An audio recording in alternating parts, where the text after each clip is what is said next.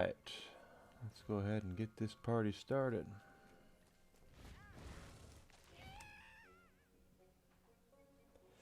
Hope everyone's having a great day today. As I pull up, and I forgot to type out my Twitter thing, so give me a second here to do this. Hope everyone's having a great day. Happy Thursday to you. Let's see.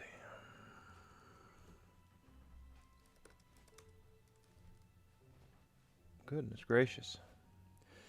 I'm in this group chat on Twitter that is just going bananas right now.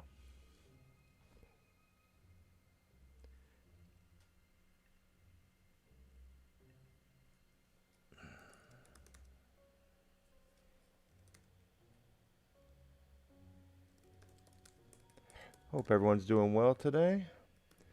Everything's going fine here. Did I? Okay. Don't think I have anything copied. Copied and pasted. There we go.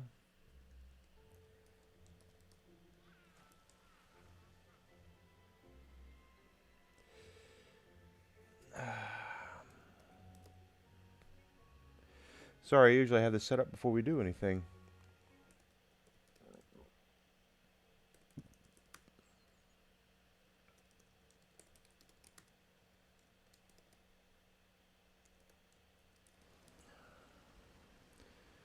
Boy, I can't type.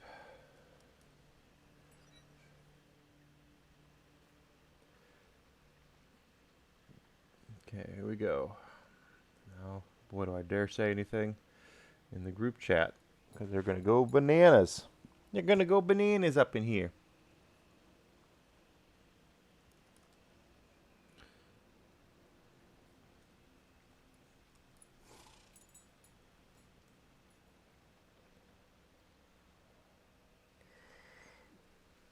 I can't even get a word in the group chat right now because it's going nuts.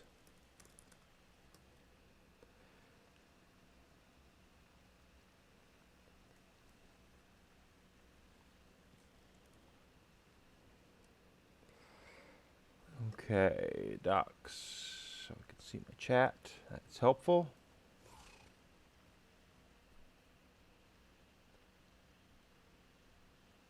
There we go. I think we're all right. Hello, Elm. Hey, Amanda. How you guys doing today? Sorry, I was typing, so I wasn't able to. Gotta let people know that I'm here, you know. Where the heck am I on the... Okay, so there's a Ballad of Bones. That's our only mission we have right now with this character.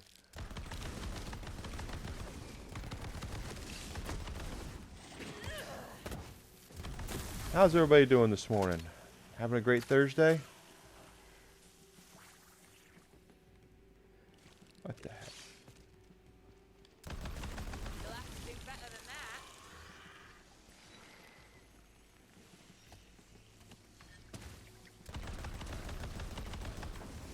Critical.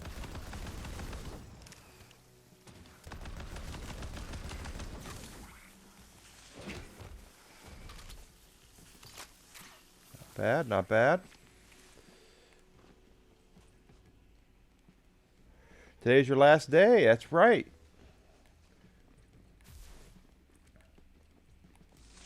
Finally get to say goodbye to your uncle.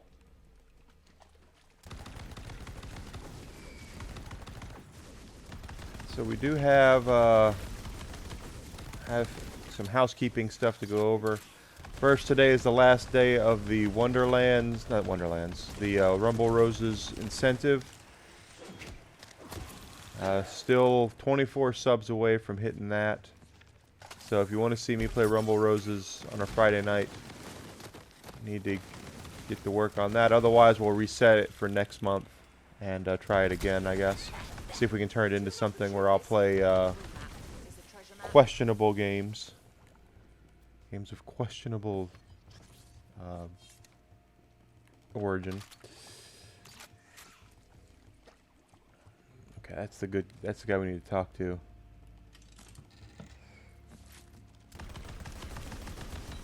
And I do have I am in the middle of a class with a very well-known big-time streamer. Not that he's actually presiding over it. He just recorded a bunch of videos for it.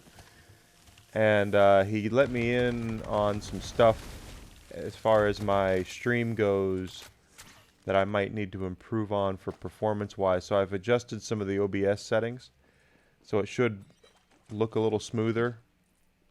And if that's if there's any interruptions or anything's bad, then we'll take care of it as we get to it. I have Conquer on the old Xbox, actually. Conquer Reloaded. I could probably do that. We could. That wasn't a very good port, but I could still play it. I need to get through here. You be wanting to just waltz right through the gates of the briny shelf, are ye? Yes. Would you be speaking to Bones Threewood, cursed protector of the Southern Gate, and I say, sure. Sure. Oh, that was quite simple. Of course. Hey, Lucky. You no good. The Nerpen Gate is guarded by a vengeful. Did you send me it? Did you send it to me on Discord or something?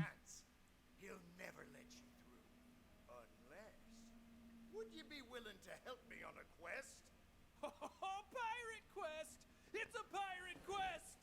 Valentine, do you want to go on the pirate quest? The Pirate Quest. Oh, I really, really do. Haha! Welcome to the crew! But there'll be no pirate quest without Polly, me faithful Bertmunculus. A terrible fate befell her, and we be needing to put her pieces back together. Okay.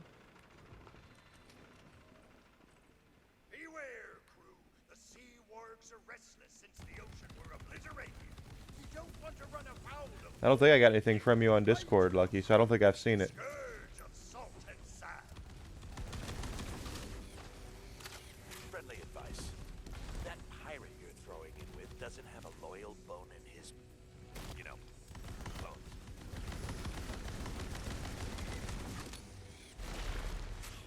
Come on.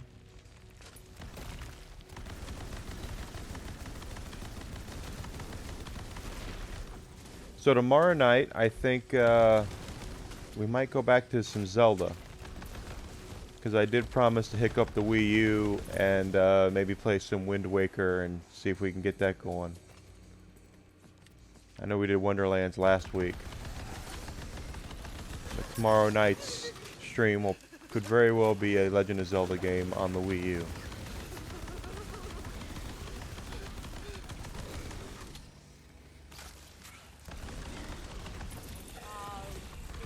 And there might be a slight change in my schedule in a couple of On weeks. to the next one. We're going to have company Easter weekend, and I'm not 100% sure when they're going to be here, but I probably will have to, if they're going to be here Friday, I might not do a Friday night stream that night because of that. Or I won't do a Friday night stream if they're here Friday. Have to wait and see. I'm sorry, level what?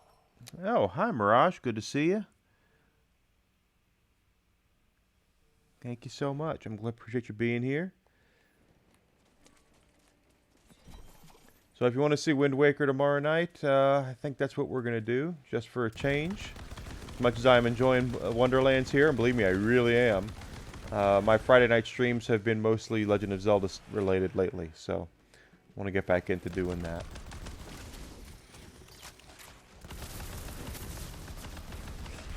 We did hit 400 followers the other day, yesterday evening, or sorry, 2 nights ago. So thank y'all for that.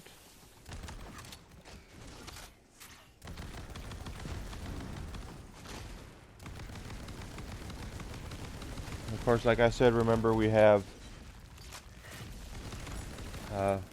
we still need 24 more subs to hit the Rumble Roses incentive. Good word, incentive.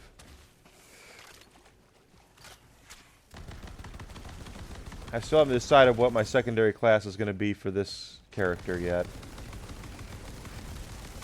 Thank you, Mirage. I appreciate it. Thanks to the help and support of people like, especially people like you, because you've really been helping me.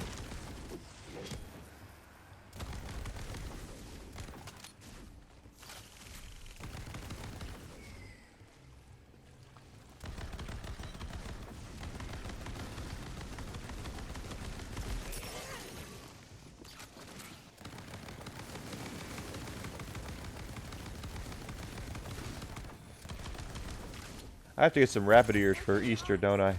Source some rabbit ears. I need to get something like that. Oh gosh.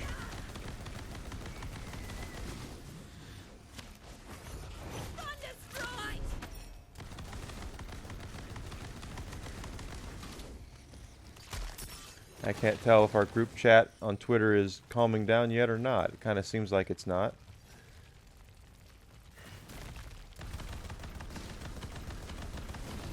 It was pretty crazy. Anyway, so guys, if you see any performance issues with the stream today, please let me know. Like I said, I adjusted the settings according to what I was hearing I should have from that class that I'm currently in. I'm almost done with it. I have 3 more things to watch. We'll see how if it helps me. I've part of this, the reason I was in it was more or less to see how to get more viewers, and I haven't gotten to that part of the class yet. It's all been interesting stuff. It's not calming down. Mirage is in the group chat, so he knows what's going on. I can still hear my phone buzzing. Have you gotten to the point in the group chat where Grim is telling everybody to eat a male member of the body? Usually that's what happens before everybody calms down, is it Grim starts telling people to eat a hot dog, and then everybody kind of calms down.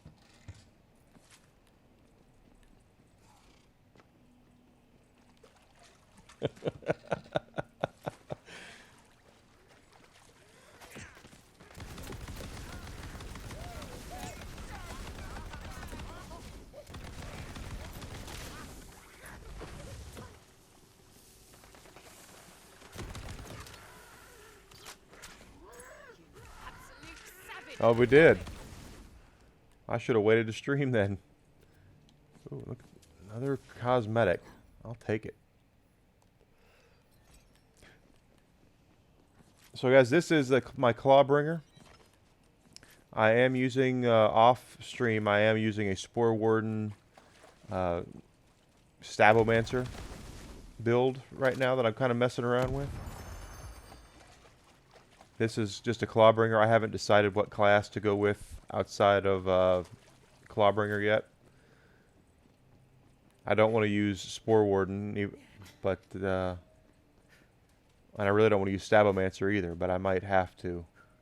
That might be the best. But I can always re-roll it too, so I don't know why I'm being such a goofiness about it. Void and Grim are fighting each other. So that's about normal.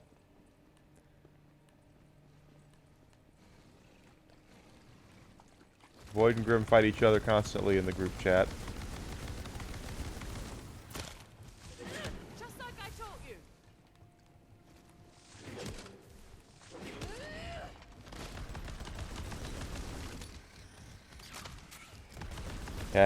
As per usual. That is true. As per usual.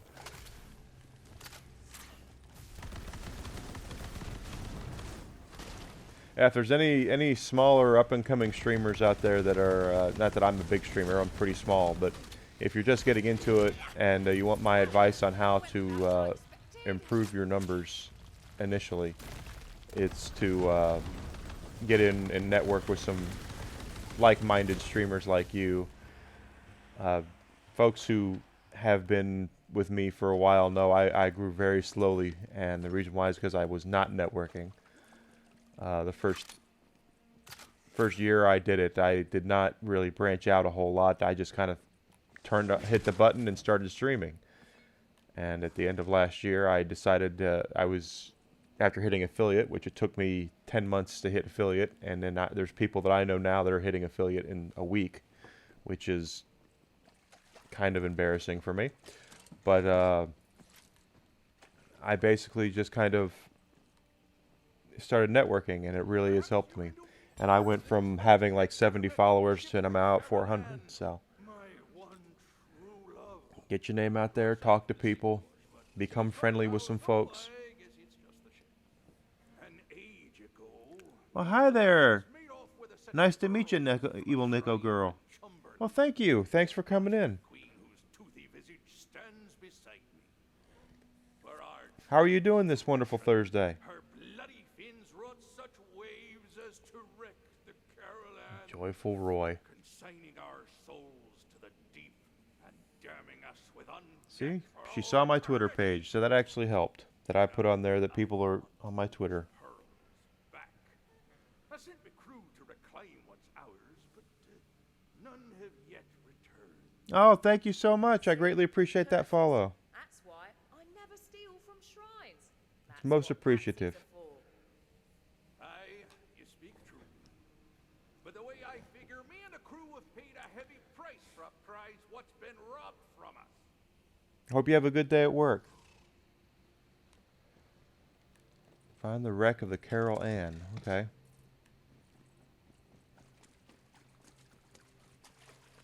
I feel like the Carol Ann is... Hey, everybody has other stuff that they're doing, so don't worry about it. Now that it's all you can stream with, I mean you can stream, you can play with anybody now. It's we can all help each other out in power level. Of course, I'm pretty low level myself. I'm only what this character's 26. I should get her up pretty soon. Once I get to 40, then I can start farming for stuff. Good morning, Donnie. How you doing, buddy?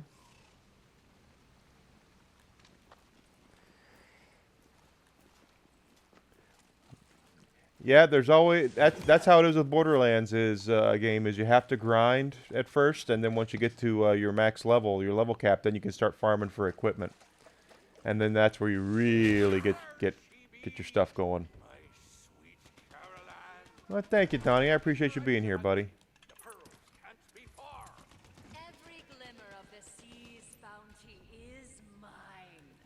Their harvest is my hoard. And Matey, all that matey. lies beneath Okay, the here we go. waves is my Bash. That guy's name is Bash. That's as may be, Chumberly.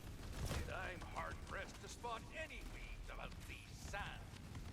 Then face Ah. the jawsome wrath of my emissaries. I can't tell if that's a name. Bash sounds like a named character. Three more lying about somewhere. Quickly now. Bash, Crash. Yeah, that's. I am Chumberly, Boy, he popped me good. Teacher, Lady of Storms, and I will have Now that that's gone online multi-platform, I can help you out. Queen of puddles. Lady of the lowest tide ever. Of course, you and I are on opposite ends of the world. Love Borderlands 3. plunders from me and lives.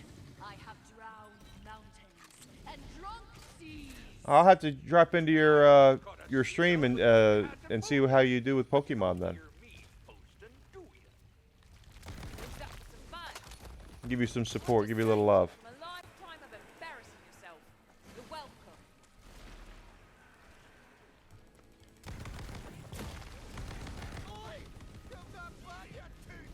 All right, shiny. I don't know a ton about Pokemon, but I know shinies are the ones you want. Way to go.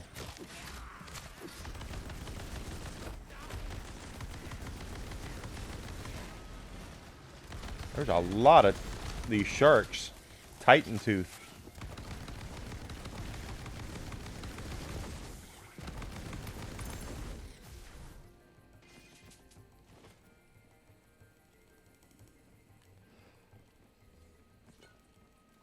I love the Borderlands series. It's one of my favorite series. Probably my favorite game series of the last 15 years. Kind of hard to say, though, because there's some other good stuff out there.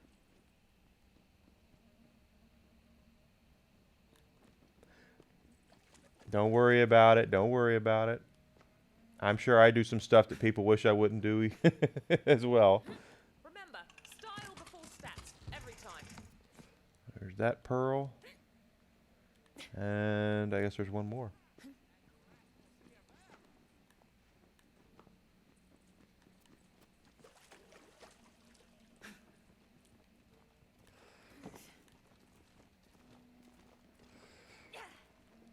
Oh, I think I need to shoot that anchor.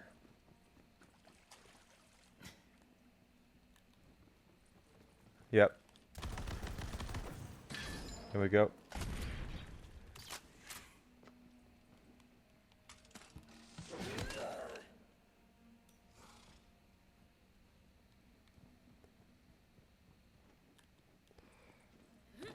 Yeah, I haven't done the spell shot yet. I've only got this character, and then my Spore Warden / Stabomancer is level 28. So they're up. It's actually higher than this character, but I haven't. I might change the Spore Warden over to something else. We'll see.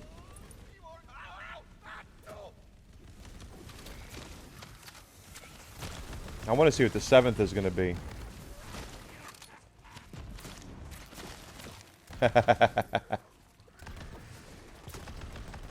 The villains are always more interesting than the heroes, right? Nothing like a job well done.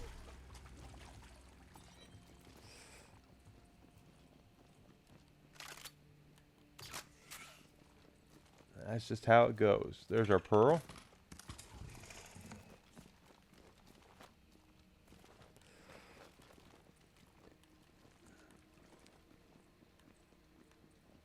Heals are always where it's at, guys. In this game, the heal is voiced by Will Arnett, which is hilarious. So, and he's really funny.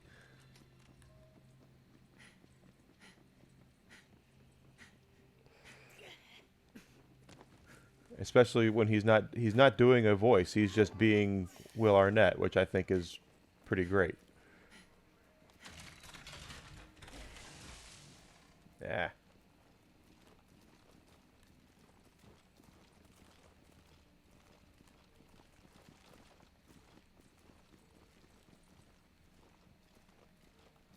Is there anything here?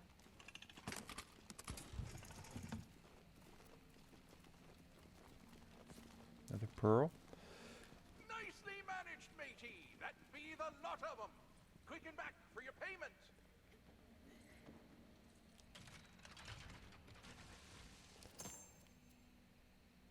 Clawbringer power goes up. Frost damage goes up. Yeah, let's put that on.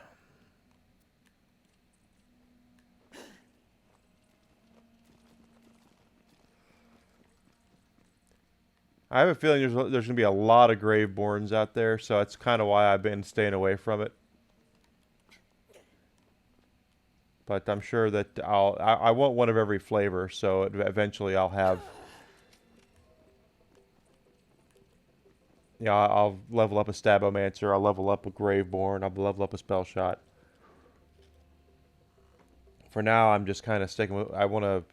Once I get one character where I can actually farm equipment and max level and everything else tends to fall into place. If anyone from played Borderlands 3 a lot knows, you get your first character up to where they're godlike status, and then all of a sudden everything else becomes a heck of a lot easier.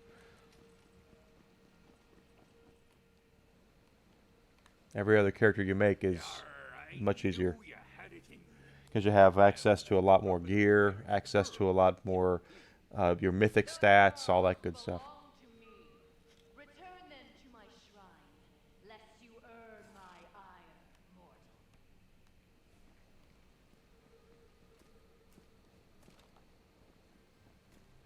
Who do I give the pearls to? Raiders of the Lost Shark. Alright. I tell you what, Roy. I'll just leave the pearls here on this shrine, and if you want them, you can take them yourself. Again. You pilot bag of blackened bills. Scum! We had an arrangement. I'll keel haul your cankerous hide and feed you to the gulls.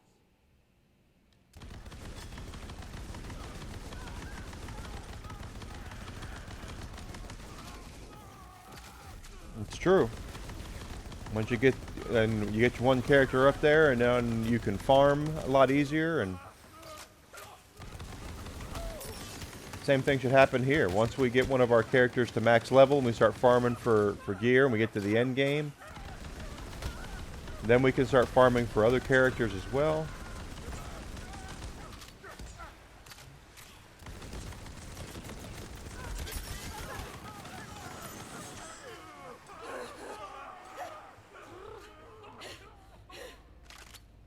It would seem I misjudged you, mortal.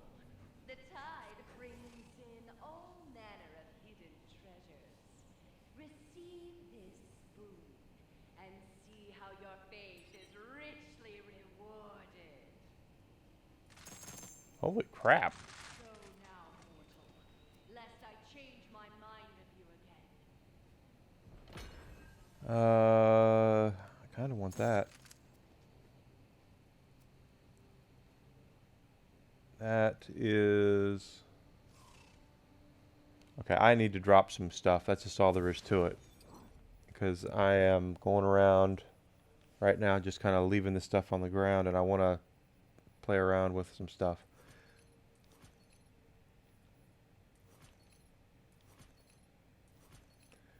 Stuff's worth some money, though. Okay, so the purples I definitely want. Just so I can see which guns are best.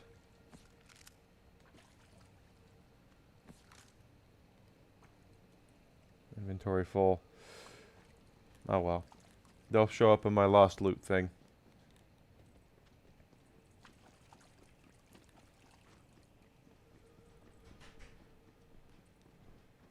In fact,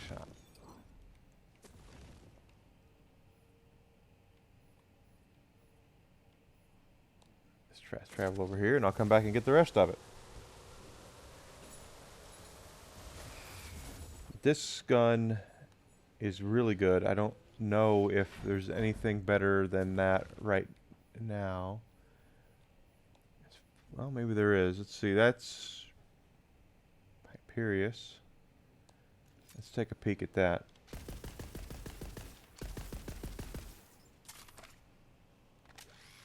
I hate to get rid of a gun that, as far as assault rifle goes, this looks like it's better. Let's see.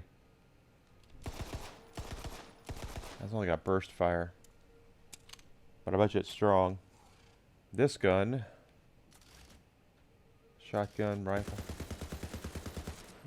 Okay.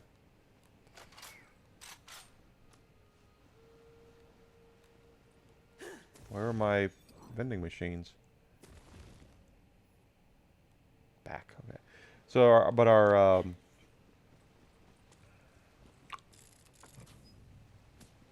500,000. Our mythic rank will probably pop up after we complete the game. So there's, once you get that, because you see we have this here. Mythic rank level 4, so we have to max out to get level 40. Mythic rank is probably going to be the part where we start really getting extra percentage on our gun damage and things of that nature. Once that happens, you'll see a lot of improvement on your character. It's small improvements, but they're improvements. And if this is anything like yeah,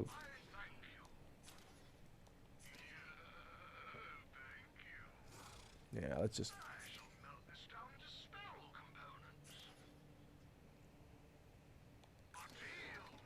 But once we get into that, once we get into the mythic rank, you'll start seeing these small, and they are character wide if it's anything like Borderlands 3. So if you get an extra 10% gun damage, all your characters that you roll from that point forward will have an extra 10% gun damage, which is a big reason why the game, it's so important for you to max out a character. Because then you get your mythic rank up, and then you can really start messing around with that. Might not sound like a lot, but if you 10% extra health, 10% extra gun damage, 10% extra ward or shield, it means a lot, guys. It can do a lot for you. So Max out your mythic, get your mythic rank going as soon as you possibly can.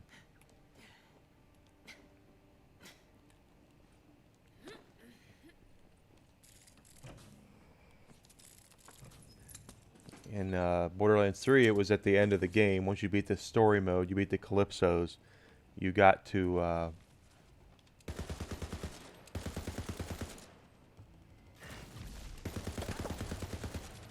really start taking that to start working out really well.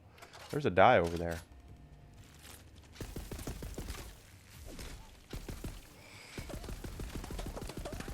So I don't know until we start seeing how the end game stuff works. I don't know which weapons are really the best. I can tell you that if this is anything like Borderlands 3, the SMGs are going to be where it's at. Your submachine guns.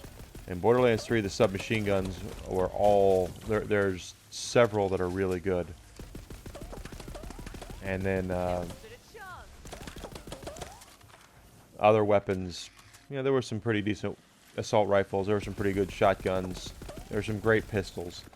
But there's a couple of dozen SMGs in Borderlands 3 that are just outstanding. So I'm using SMGs primarily because I think this is going to be the same way. Now that I look at it. Oh, there.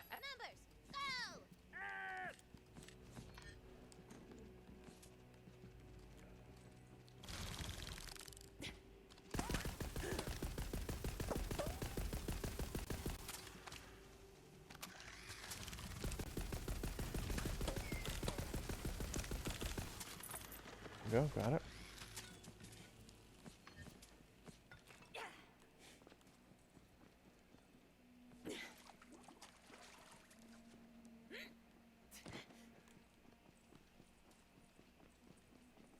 As far as the money goes, money is rather ubiquitous in the game. The reason being, okay,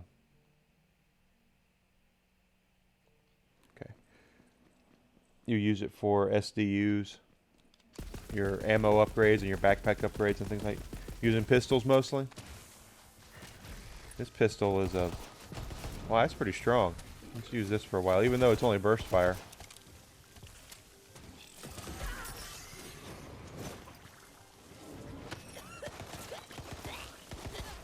I'm scared of you. Holy crap. And that's how it's done.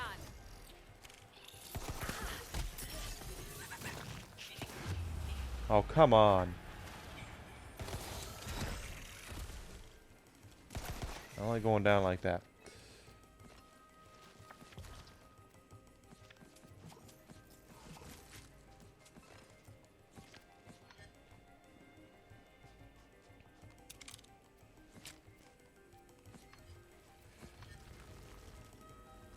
Yeah, the SMGs in 3 were really good, so I'm using mostly SMGs for that reason. Although this is a really good pistol, so while it's only burst fire, it is still really racking up the damage. So keep using it.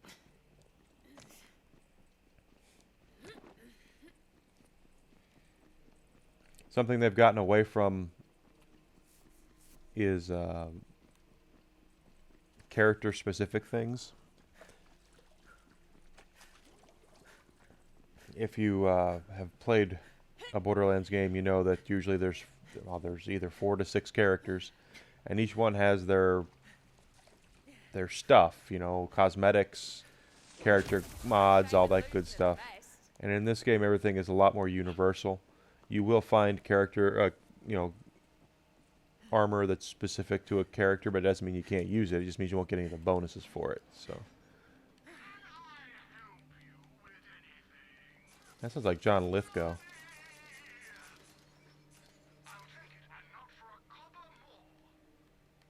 I don't want to sell that Orb of Scolding because that's a legendary.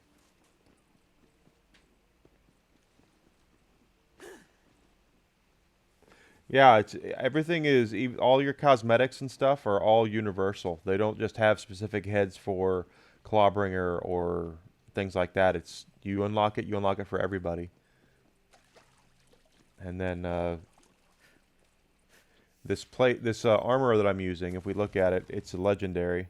I did get a legendary drop for it. It says that it's for Clawbringers and Berserkers. So quite honestly, it's almost, if I'm going to use this, I should probably spec into Berserker, and then I would actually get even more power out of that. But anyone can equip that, but they won't get the bonuses that the Clawbringer and the Berserker would get from it.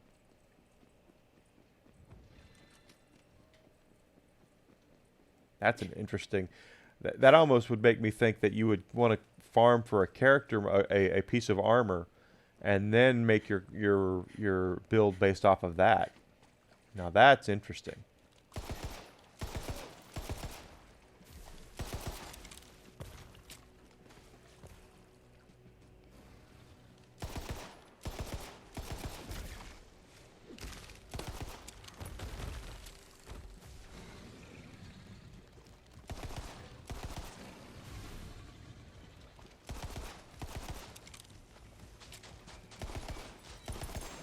That's an interesting idea to think about. Because you could, in theory, you could have a bad build, but if you have the right armor for it, it becomes a good build. You know, if you do like a Berserker and a spell shot, that might not be something people would put together, but if you have the right armor for it, it would work out. That's an interesting idea.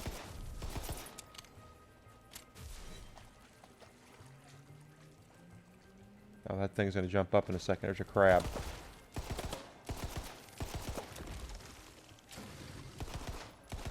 From what I've seen, though, the Spore Warden is an exceedingly excellent character class. So it looks like Spore Warden's going to go with a lot of different things.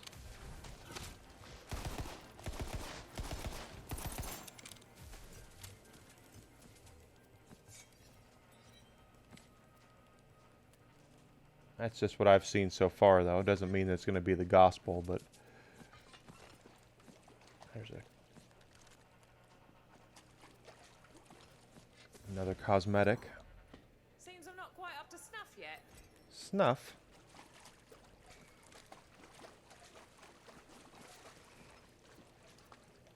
That's an interesting thing to think about, because you have... I wonder if that means that I should go Berserker with this.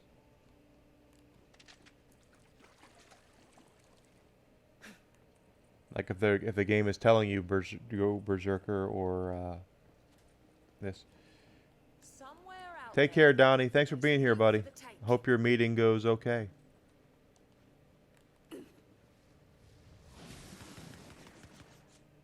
Oh, that'd be Polly's eye patch. Paradoxically, it helps her see where to go. Who is shooting me?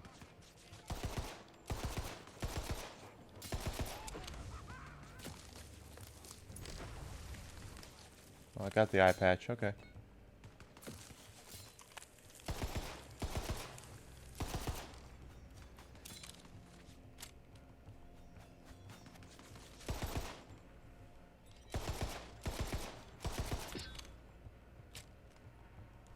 Usually the way that these games are supposed to work, if you've ever played an FPS, your pistols are not supposed to be really good at range, but in Borderlands they can be.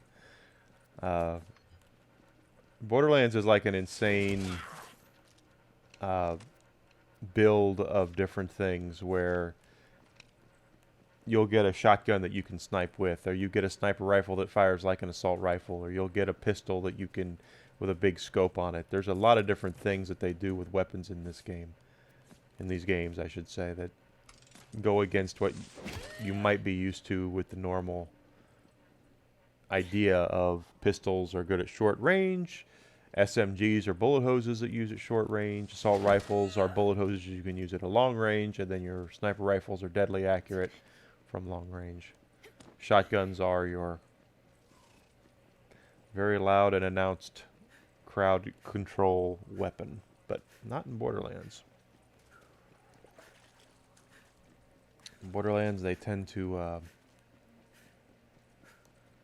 say, well, we have a pistol, Let's see if you could snipe with this pistol.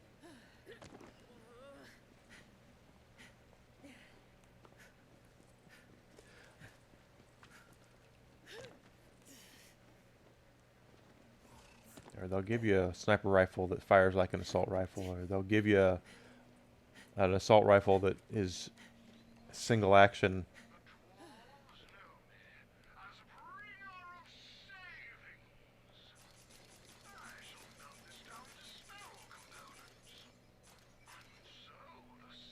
There we go, like that. So I haven't unlocked my secondary class yet. Let's take a look. Berserker. Action skill start. Feral Surge. I wonder if that's what they're gonna kind of edge you towards to get you to do that. I don't know. From what I've seen, the Clawbringer is not a character class that kind of lends itself to other ones. It's more of a support class from what I've seen so far.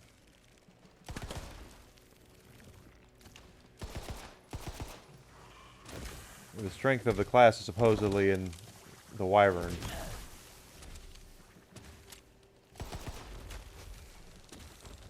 I do know that the Stabomancer and the Spore Warden both have gun damage as early on character bonuses. And the reason why I wouldn't want to take Berserker is because I don't know if they have something that's going to up your gun damage at the beginning, and that's what I would want.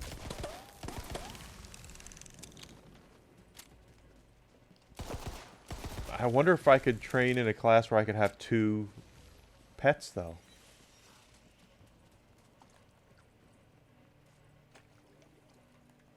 Now that's an interesting question. Like if I did Spore Warden, could I have this? Could I have the?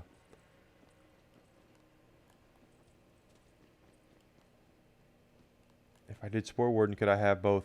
Oh, there's an obelisk. If I had the Spore Warden, could I do both the Wyvern and the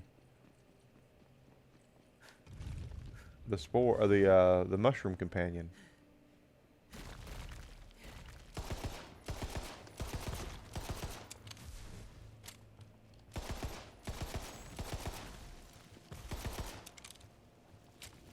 You can. Okay. That's an interesting idea. You finished your bucket list. 2 pets. As much as I don't want to have another Spore Warden, that might be extra. Oh no, evil doers, whatever shall I do?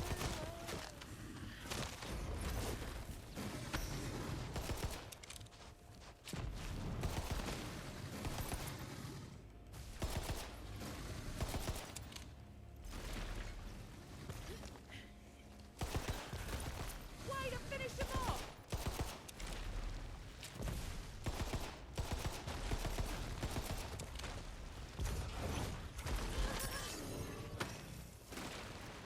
Maybe a Graveborn would be good then with this character class. I need to look at the trees and see what they show. So they have 2 pets out at the same time at all times. Because I think that's what I would want the Clawbringer for, would be to have the Wyvern and then a secondary, another pet. Thunder Dragon's might!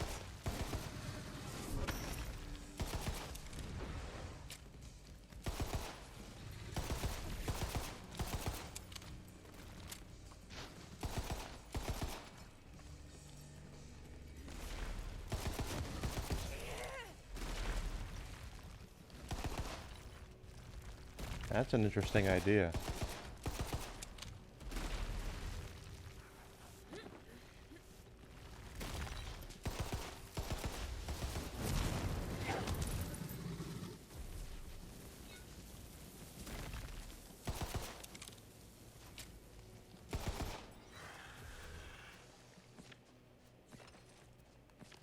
Because you'd have the wyvern flying around with doing fire damage.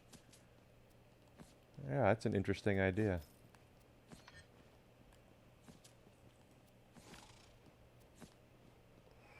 That's something I need to do a little bit of. What's the most broken build I can make? No kidding, right?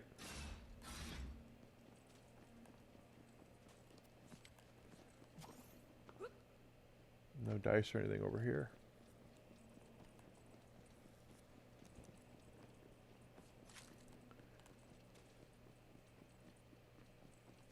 I don't think the Stabomancer has a pet. I know the Spore Warden does, and the Graveborn does.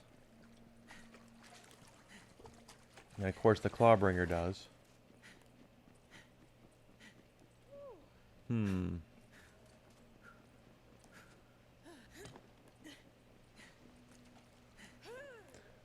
That's an interesting idea.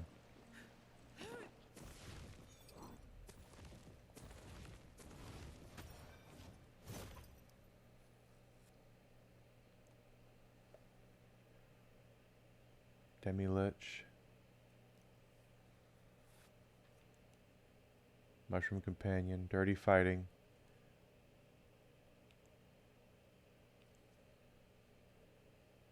Sacrifices a portion of health to steal dark magic ability. I might do that. Go Graveborn. Let's do Graveborn just because I want to be different. And check out different character classes. And we can always re-roll.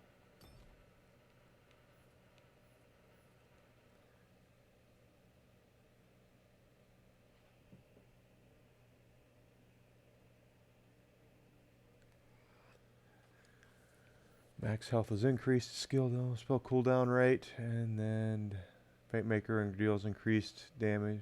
Yeah. Let's do that. So do I have 2 now? I do have 2 now. That's a good idea. I have hero points too I need to spend.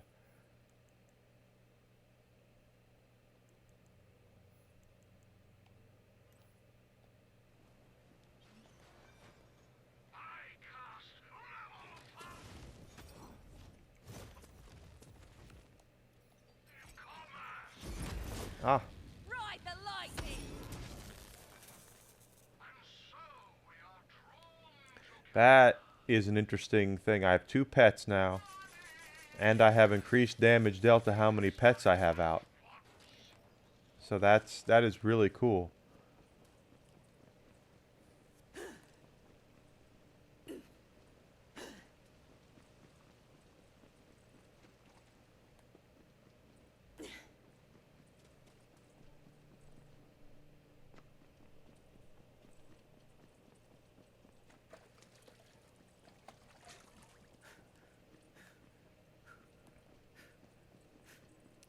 I'm sure it is. I like throwing the hammer, though.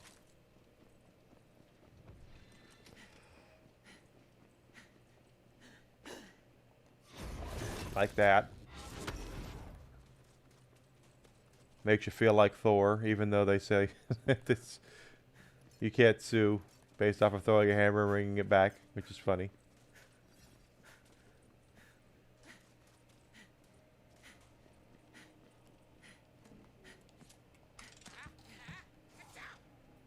What?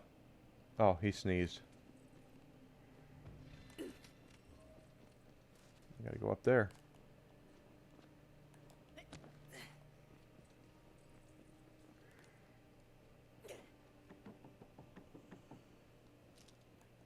Two pets at once. That's pretty cool.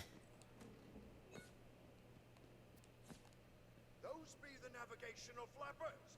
Keeps Polly high in the air to spot sails on what used to be the horizon.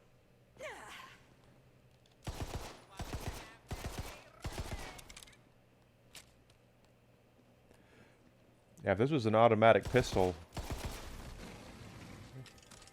Now crack some chitin. We need that squawker.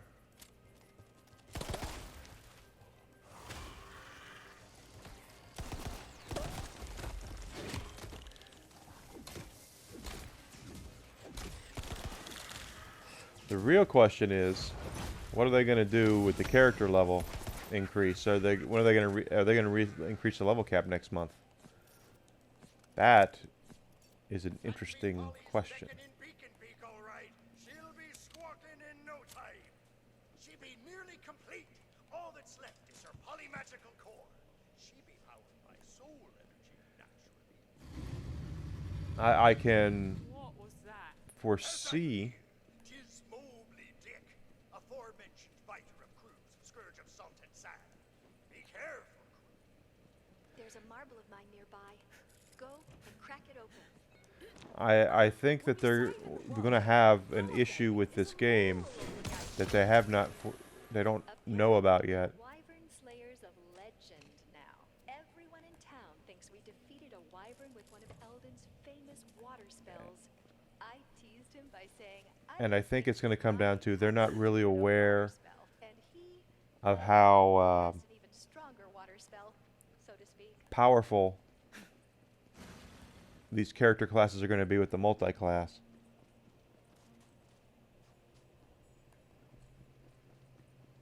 Oh, for hydras, that's right. Like if you have a gun that shoots hydras or something. There's a die. Lucky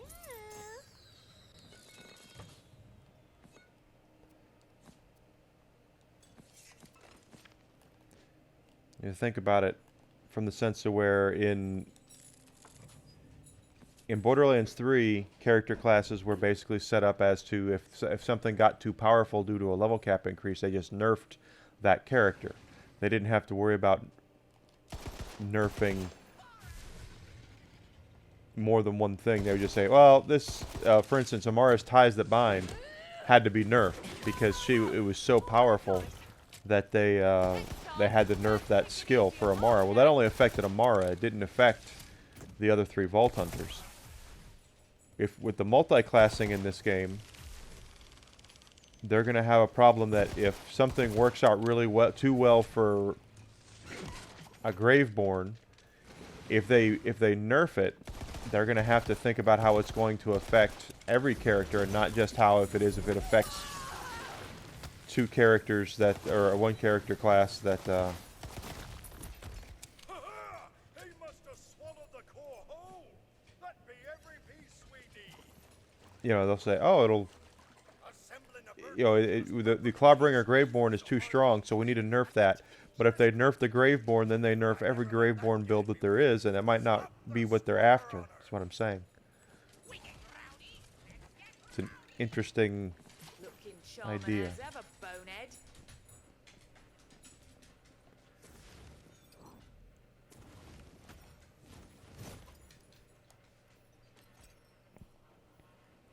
interesting idea that they would have to go with that.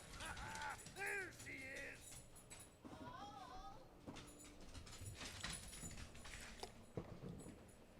Hi, hon. Awaiting essential components. Holly, it's really you. I missed you, me trusty bird. Almost level 27. You ready to join me crew again? Holly's back from the dead! So what's this bird contraption for? Holly's me navigator. If we're to take on LeChance and open the Nerpin gate, we needs the help of me former crew. Now sniff 'em out, Holly. Sniff 'em out! Sniff 'em out! Chartreuse LeChance ain't just a mighty pirate. He's unkillable. There's a rare curse upon his crew. Tis known as plot armor. I know it well. Plot armor. The same curse I bear. We'll be needing more than guns and ships to defeat him. This away! This away! Hey, young clone, how you doing, buddy?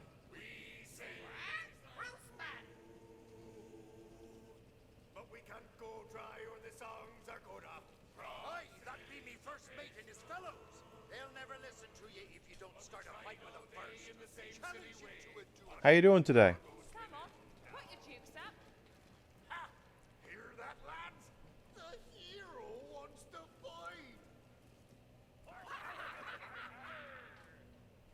Twouldn't be a I'm fair doing fight fine, for thanks. me. See, we've got Just seeing what we can do here. Playing around. Trying to get closer to 40. Okay, so how do we You having a good week? Easy. Pirate Rule 27B. Still raw must be avenged. Break his mug.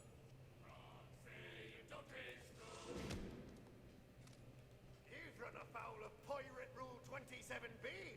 Now that's a serious breach of decorum. You trying to pick a fight with a sailor? Of course I am. Haven't you been paying attention? Why should I? I bet you fight like a dairy farmer. Oh. Wait, why are we gasping? Because you've just been challenged to a duel of disses. It's the pirate way. Now we gotta hit him with the cutness, meanest, wake up in a cold sweat 20 years later as comeback, or we lose the duel. We're gonna need options. Right now it's an 8.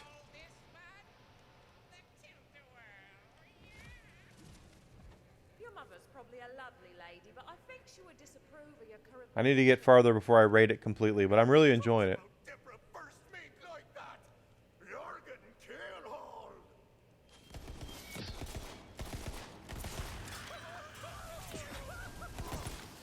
What a kill!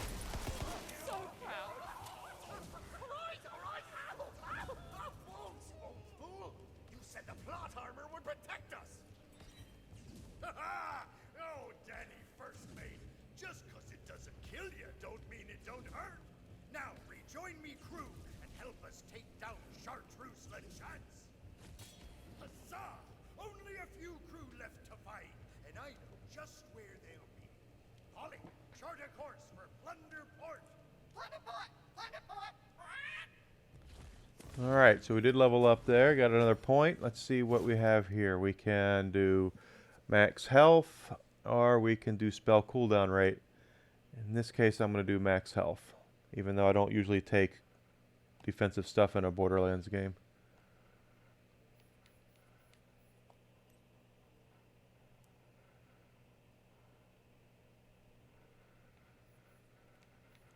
From what I have seen, there's a lot of people who are not getting it because it's not on Steam yet, right? It's only on the Epic Store, and there's a lot of folks that are not into the Epic Store, so they're waiting for it to come out on Steam, which will probably be another, 2-3 months before it comes out on Steam.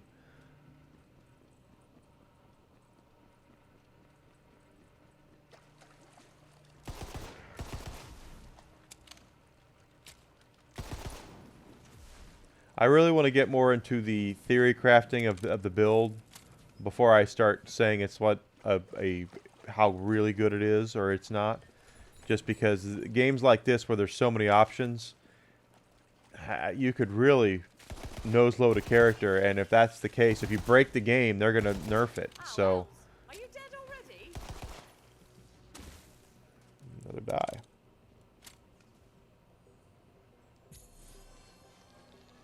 You're feeling lucky. It's because it's not Steam and it's exclusive. That's the reason why people hate it. I own a lot of digital movies, and something that has really bugged me for a very long time with digital movies is, depending on the studio, will depend on the app you can watch the movie on. And that really bugs me. I just want one app on my iPad where I can pull up all my movies and watch them. But you'll have one that says, no, we're going to put our movies over here. And then there's another one that will put their movies over there. So I get the idea. And then I met a new foe who I could not conquer with claw or pincer. Her name was Maris the Merciful, the most beautiful. Before the ocean got a boom boom blasted, Plunderport was a small island pirate town. From your vantage point on the seafloor, it is a sky beckoning to you. A whole town of pirates? I love this. Why are you so into pirates? They're just so free. You know, they take their ships from port to port, answering to no one, searching for fortune and infamy. Ah, legendary. Exactly what we do. We got a just in gun. space. I have to look at it here in a second. Space pirates. Whoa. I That's a world drop too, I think.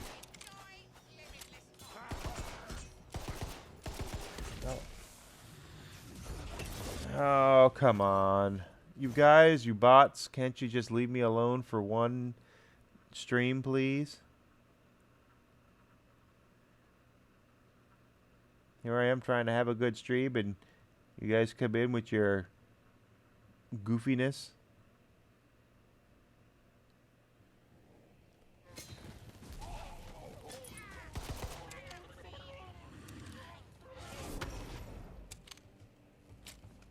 Okay. I say I know there's a guy over there. You know, what do we have? The Rogue Imp of Alarm. This is a Skulldugger. Skulldugger, I believe, is COV. So it's a COV assault rifle.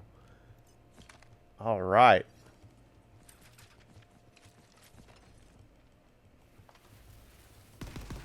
Ha ha ha ha ha! Oh, did you see that? I melted that dude.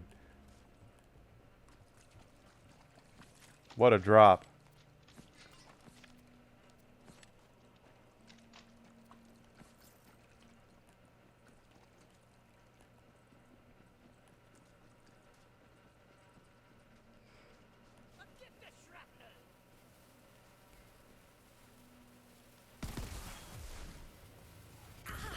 Ah. So Wonderlands, of course, is a spinoff of Borderlands.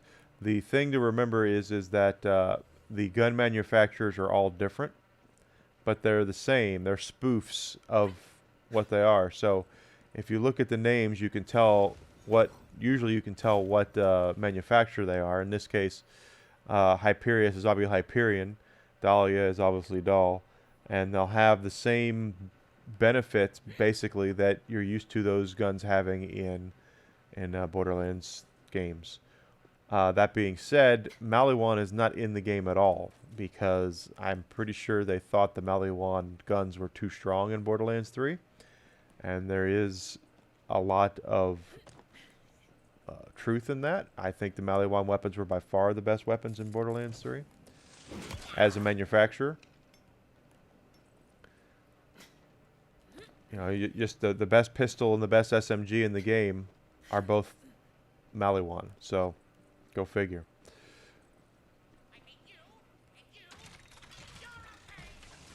So they removed Maliwan from the game completely. That's true, but COV tends to their weapons tend to really be really strong, and they have deep pockets. They usually have a lot more than just the standard, 20, 30 rounds. It's usually a lot, quite a bit. The lucky die. Oh, that's one lucky die.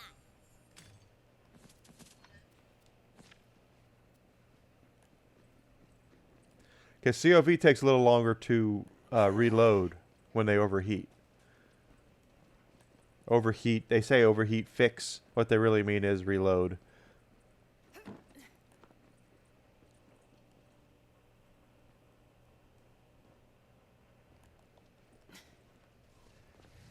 I think the Maliwan SMGs are better than the COV, but that's just me.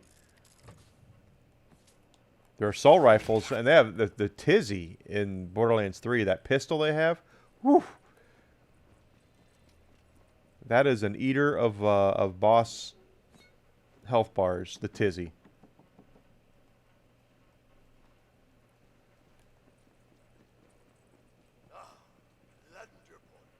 You can smell the thief. Smell it with your fleshy nostrils. Risky That in the thickening.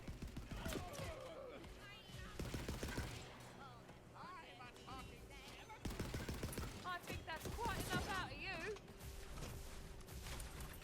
the good news about getting this legendary is that we should be good for a while now on weapons. We can use it. We'll get a lot of mileage out of a legendary at this level.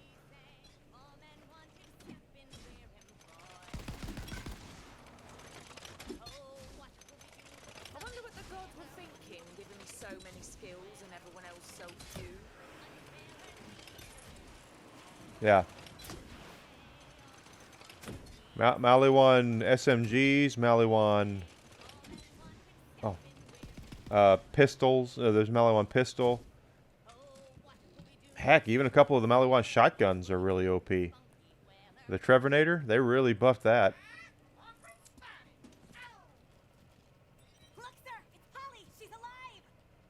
And she's brought us new recruits. Come sail the open air with the mighty pirate LaChance in the new airship Windbreaker. Yeah, this drop, this SMG is level 27, so this should probably last us till 40, quite honestly. But we'll see. Just a name drop. Bones 3 would. It's thanks to him me and Cabby here look like this. We won't be joining ye. LaChance is our captain now, so you'd best be on your way. Yeah. Cabby, back to the song. Want booty? Have a sword? All men wanted.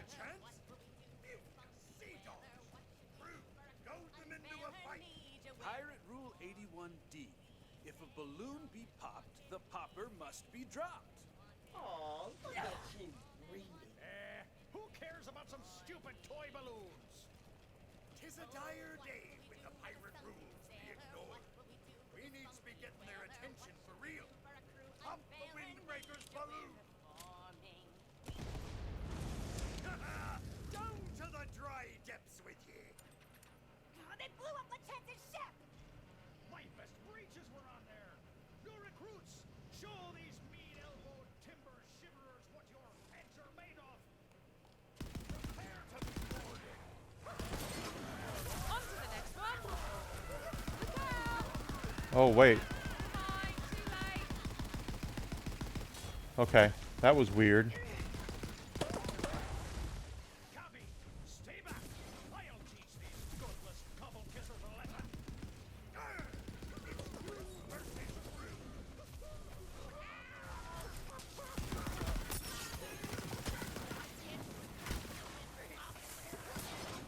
Well, that's because you have a spell shot. It's all. Cabby! That's it! I'm coming in! Your spell shots are supposed to use magic more. And I use guns.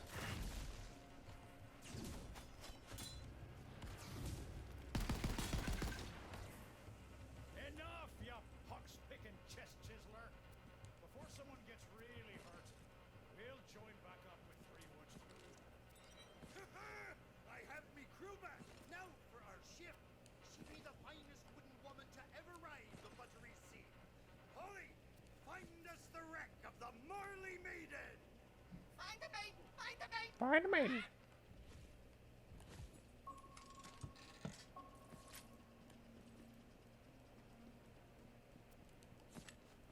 We've gotten to know each other pretty well in the last few minutes, so here be the tale of woe that brought me down to the depths of what used to be the ocean. Uh-huh. Yes, pirate backstory. Great, I'm just gonna tune out for a minute. I was the fiercest pirate captain on the buttery seas. I had a fine ship, a loyal crew. Guess I can't get over there. True love. But I lost it all. Wait, that's it? You didn't even explain the curse. Oh, so me pirate backstory be insufficient for ye. Never mind then, ye scurvy cur. Ha! See? She's got nothing. She always forgets to drop character voice when she's scrambling for a decent motivation. Will Arnett dropping the truth bombs about Tiny Tina there. Poingy. Oh, I hit that. There we go. So why didn't it do it? Do what it was supposed to do. Okay. Splish splash, I was taking a bath.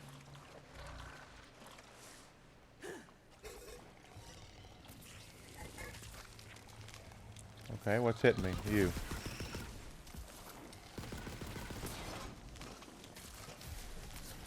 Yeah, as far as COV weapons go, this overheats a lot faster. I don't know, not die. Nicely done. Healing vial, get your healing vial. We're having a grand time, aren't we? Storm hammer.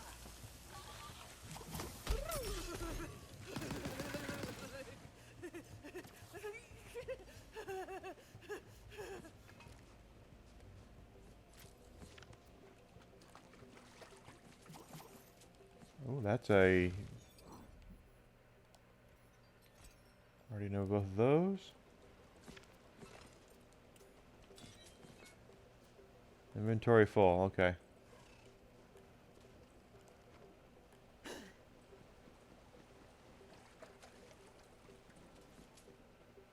Where are we on the map? That's the right way. Really? Okay. Apparently there's something over here. Let's see what...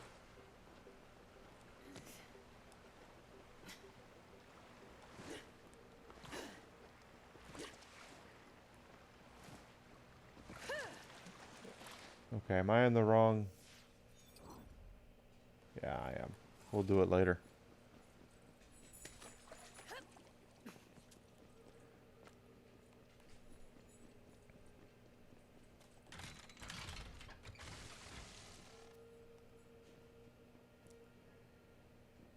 Here we go. Oh, good. That's what I wanted. Place to sell.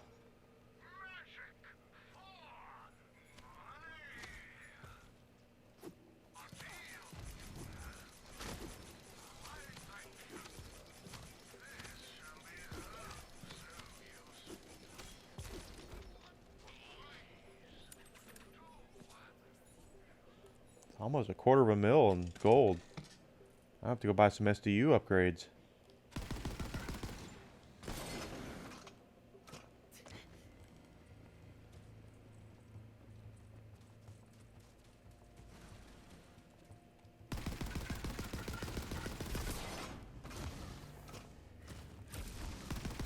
What?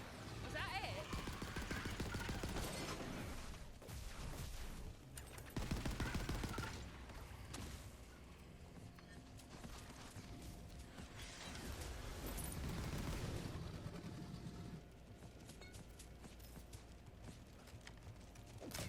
Hey, what?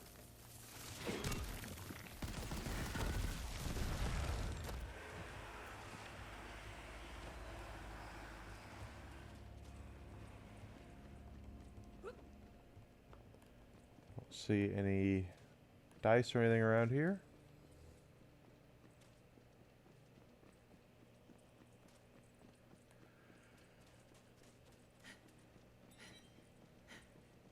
Oh, I've already been here, because that's where I got that one die. Okay, let's go on back.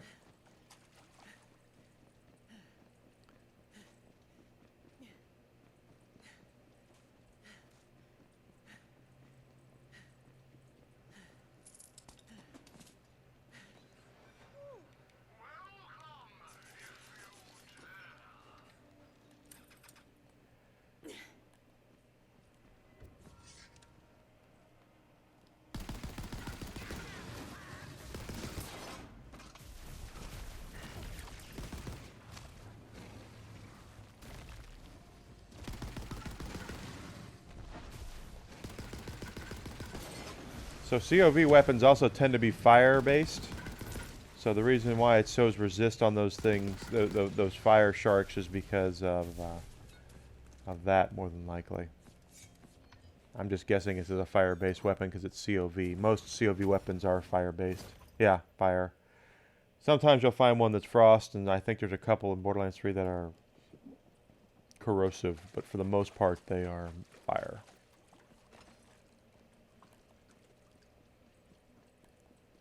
That's the right way.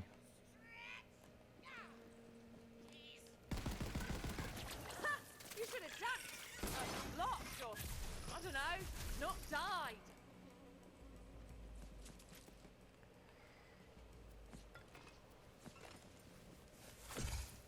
What?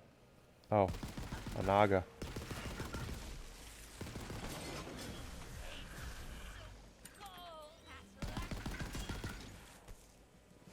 Yeah, this is a pretty good rifle, quite honestly. This is going to last us a while.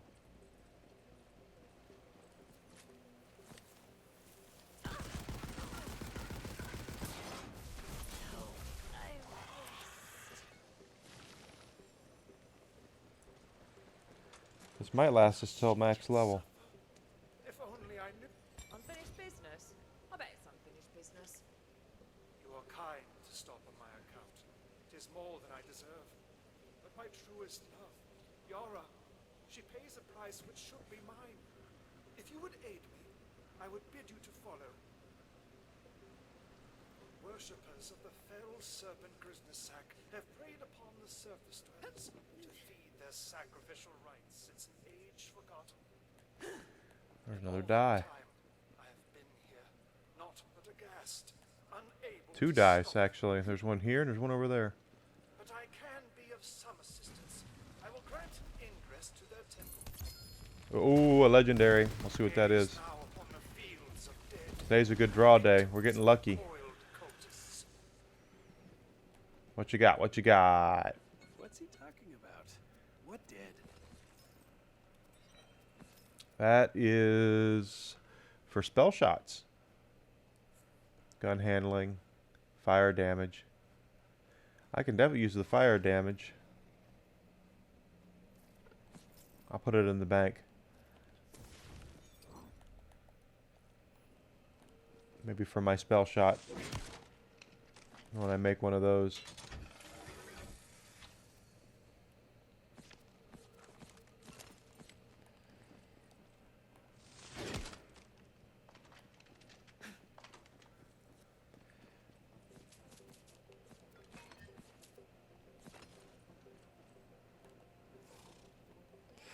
And another die. Ooh, luck going up. Not only do they drop, the lucky dice don't just drop Now then, what's gear the most and broken money. build I can They make? also drop, they also up your luck percentage, so for future drops. Big reason why I'm doing it, I'm going out of my way to find them is because the more of them you find, the more, and the better your chances are of getting good loot when you kill things. Especially for bosses and such, so. Oh, right. My bad. Okay, there's lots of gravy stones. Again, Like a lot. Like a lot. Like, We get it. there's a lot. Wait a minute. Gravestones? This used to be the bottom of the ocean. How does that make any sense? it doesn't. It's called scene setting, Valentini.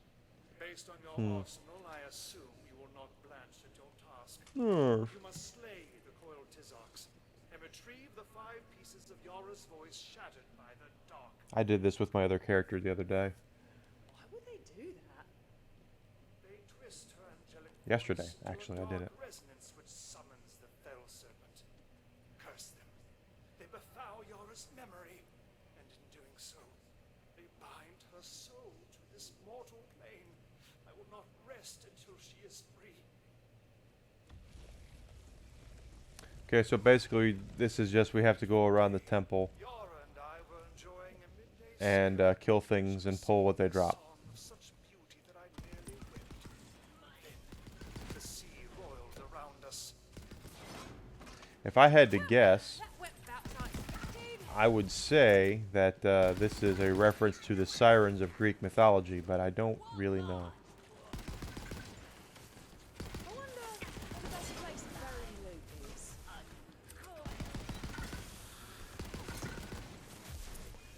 Yeah, I'm just eating through these guys. Think he's gonna drop the cube. Yep, he dropped it. It was a sudden storm of scale and claw, a cabal of wicked coiled. And in a flash, they snatched my beloved from the deck, dragging her below.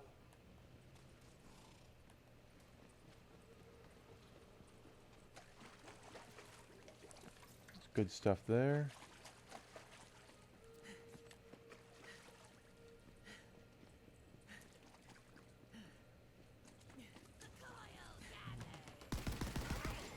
It's interesting. I kind of feel like my Spore Warden was stronger to begin with than the Clawbringer. But I really like the idea of having 2 pets. And that really it ups your damage too, so it's cool stuff.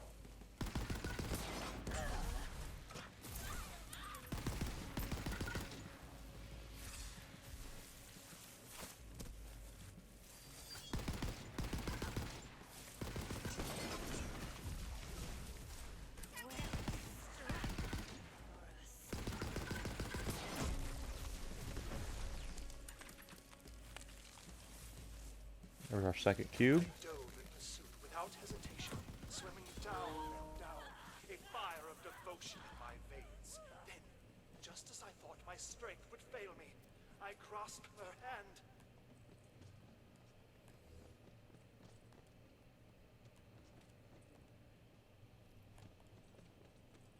Always looking for lucky dice. Actually, I think there's a die that I'm thinking about that I haven't gotten with this character yet. I need to go back and get it in the intro area. Completely forgot about it.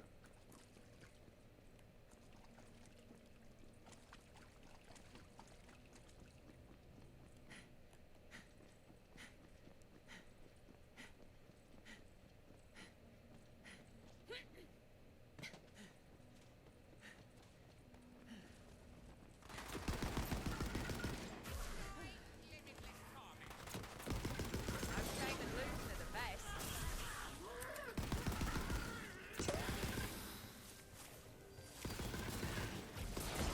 This is my first, I think this is my first legendary gun pull. I have a legendary gun in my email I can get right now, but I'm waiting for this character to max out before I grab it, because I want to see how good it is on max level. And a spell that I have for my Spore Warden. Both of those. There's our lucky die up there, I can see it. Let's see how we can get up there.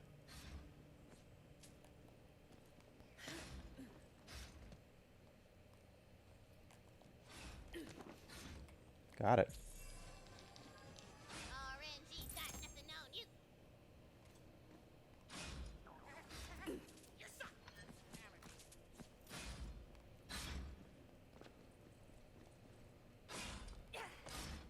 So there's a third one we got.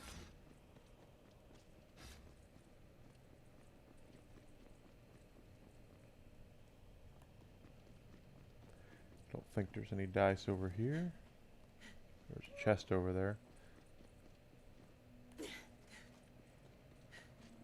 Yeah, but the lucky dice are really what you want, because those are, they help your luck percentage for drops.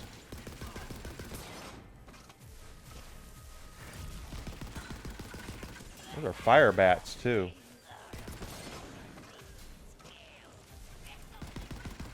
Oh, it's a party now. Oh, I didn't look at the red text on this gun. I should look at that. See if there's anything I understand. I just saved you from a lifetime of embarrassing yourself. You're welcome.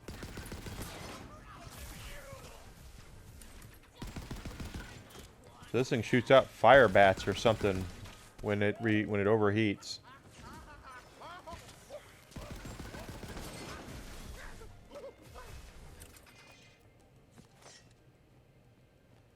We'll look at the red text here in a second. Yara was the last thing I saw as my vision faded. Her delicate face, twisted and wide-eyed in terror, wordlessly pleading. But I could not save her. I failed. Okay, first we have another one of these. Got that. Okay, let's look at the red text on our gun.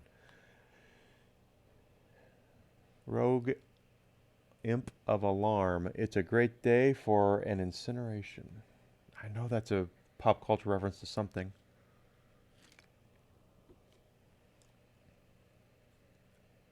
%83 gun damage on it. Wow. Plus, it's a good gun. I'm going to enjoy using it. I'll have to keep it for a little while and pass it around to my up-and-comers as they get this high in level. One more cube, and then we can complete, we can go place them, and then we complete the quest once we kill the thing that pops out afterwards.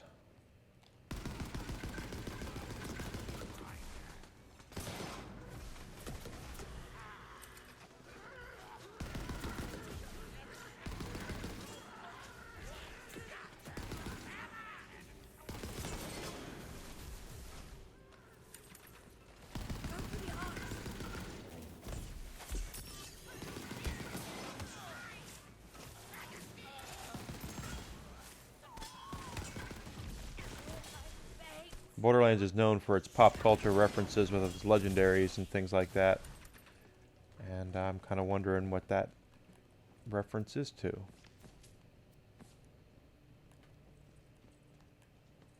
The treachery of the Tizocs is Oh, pardon ended, me. but Another this sneeze. tale is not. Now, place the arcane devices upon the pedestals. And prepare yourself, for only through the crucible of Grisnesak's death will Yara's voice be mended. I know I have some other legendaries. What's that one say? Act erratically and blindly lash out at everything around us. Okay. That one is, man, you came a long way from my worm.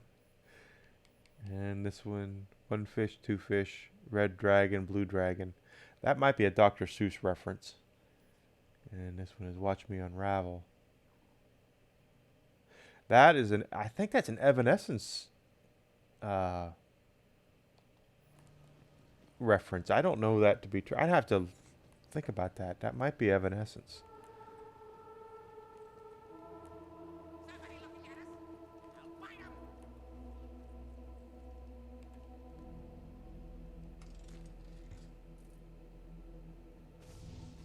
It comes.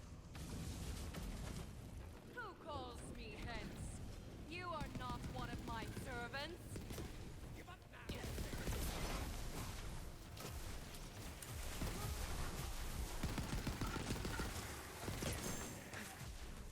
Quickly now, retrieve Yara's voice.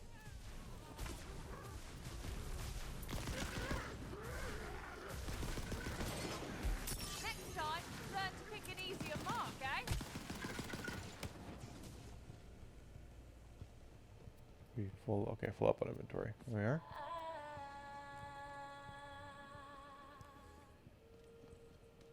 Hark, her voice. Hawk. It is a sweet kind of agony to hear it again. Come, this way. What agony it must have been for Yara to have her soul bound in darkness, her voice riven from the weave of her spirit. But we will make it right.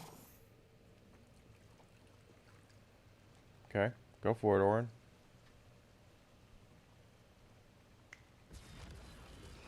All right. Can you hear it? Ew, what exactly? Her song. The last song she ever sang for me. It's even more beautiful than I remember. Why, that's... Once again, it's kind of stopping on me. My dearest Yara, to my great and eternal shame, I could not save you in life, but even in death, I have not abandoned you. I only pray that my actions this day will finally grant you the peace which you have been wrongfully denied for so very long. Please, make her whole again. Orin, it is time to let go. Yara, but I've only just gotten you back. We can be together again, but you must let go. As you wish, my love.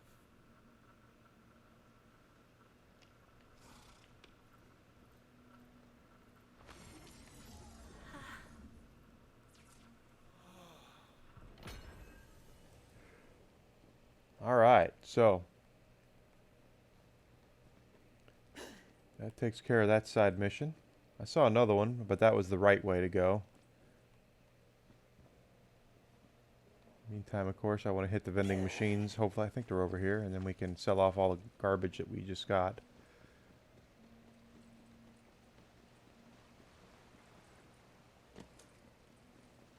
Yeah, I think it's up here. Oh, hi.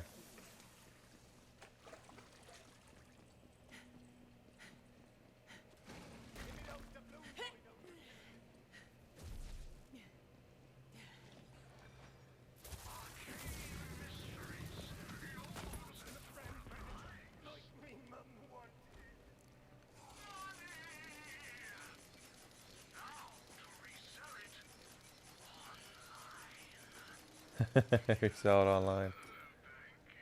That's customization. They don't let you sell your cosmetics until you actually have them.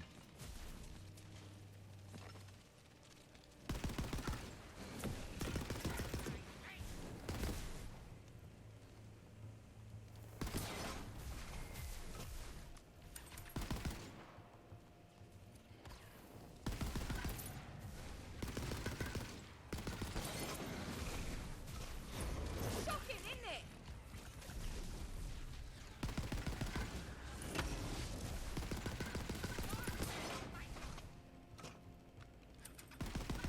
Oh, Els, are you dead already? Yep, they are.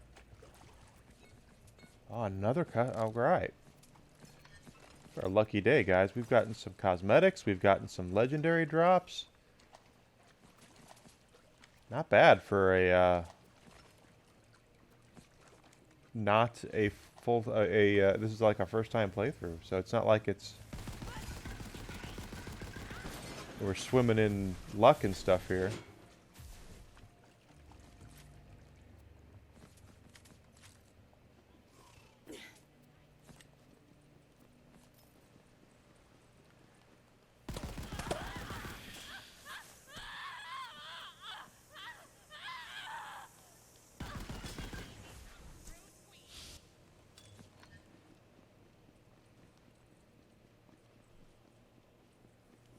Of course, anyway, all the weapons in this game kind of have a gimmick, and the COV ones are, you see down there at the bottom right-hand corner, I have 915 rounds. Technically, that means if this weapon were not to overheat, I could fire 915 rounds in a straight stream. What? Because there's no clip on a COV weapon. It's just here it is, sort of thing. I thought my stuff would be here, and it's not. In the case of COV, though, they overheat. So you can squeeze off, in this one, I think it's like 20 rounds, 10 rounds, or something like that, and then you have to reload it. Or fix it, is what they say. But it's basically a clip, is what it is.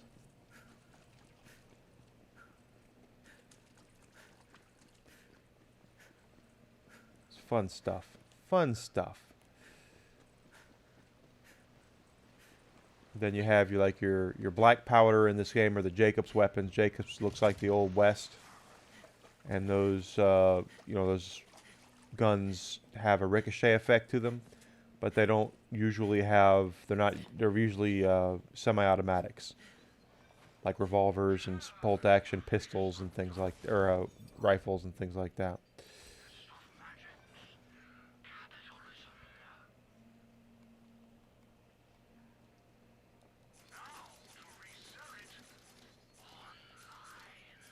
There we go. Oh, there's an axe. Should have picked that up. And a purple, which looks like it's a cosmetic. One we've already learned. Okay.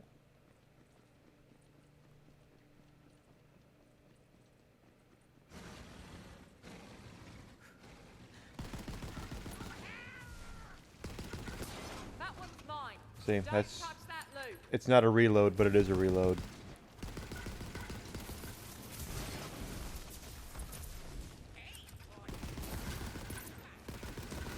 Ember Eater are the fire ones. They're fire based, so this rifle doesn't do as much damage on them as it does the others.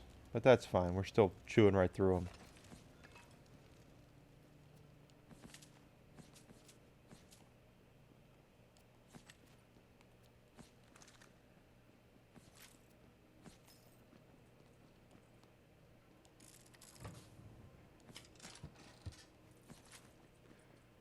Don't see any dice around here.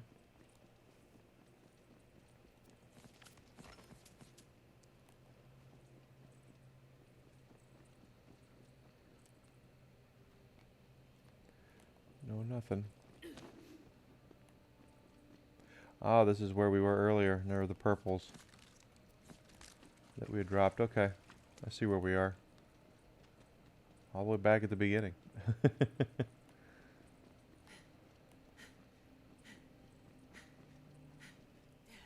Sell these puppies off. We're almost level 28. Hey, Em, welcome back.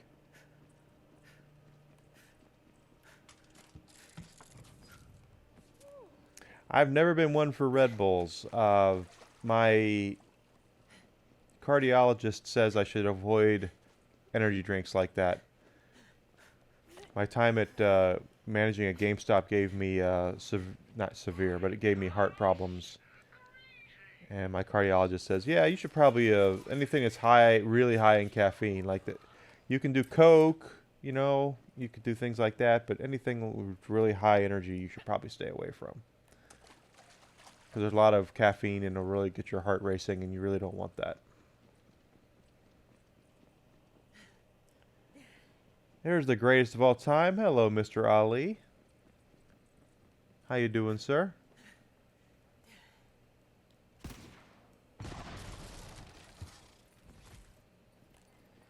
Thanks for coming in to see me today.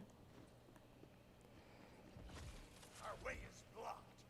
Polly, time to unleash your breaking beacon beak. Okay. What did this do? Because I shot that. That's the right way. This is the wrong way? Or it's the wrong way right now?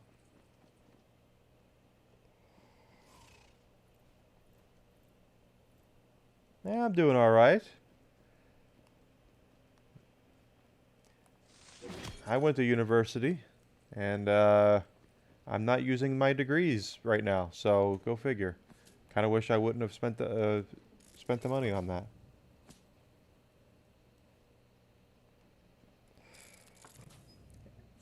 Hey, some people need stuff like that to come down, and that's you know, as far as I'm concerned, that's your business. If you enjoy it, as long as you don't abuse it. There's a lucky die.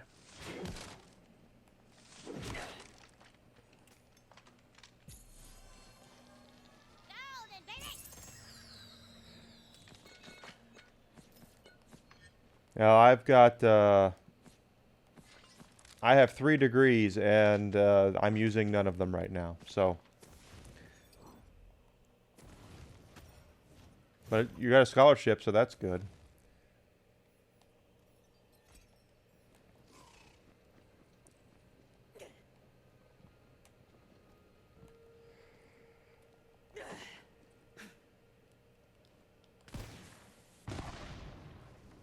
Huh, okay. Hydration. He wants hydration.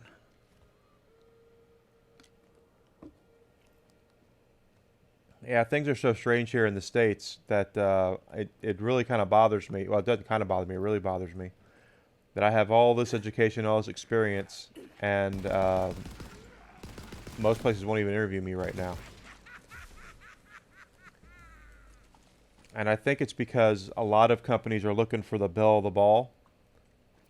And they're looking for exactly what they want, and they're not even entertaining things that are outside of that. The way her claws moved, I was stuck in the sand.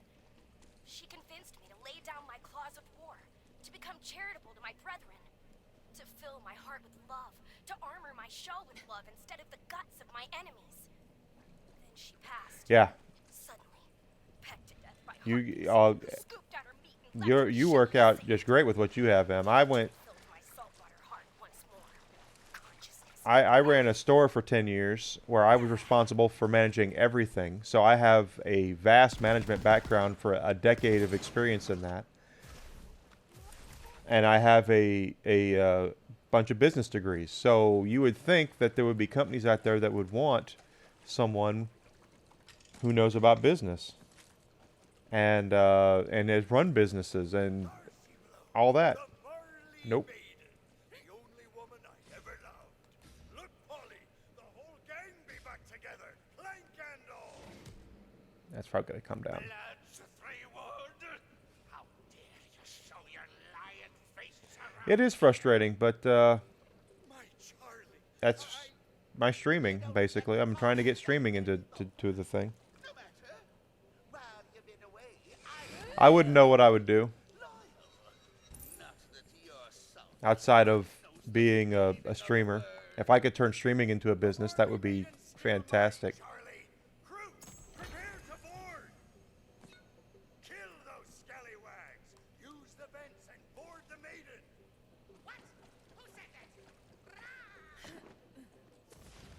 Right. But Not yet. I have Things too easy. I have the degrees and I have experience. Like I said, I have 15 years of management experience, 10 in running a freaking business where I was responsible for managing sales, operations, inventory, human resources, Wonders never cease. supply chain, the whole 9 yards. And apparently that's not good enough for a lot of businesses these days. Crap, more bad guys means more work. Or it's too good, which could be it as well.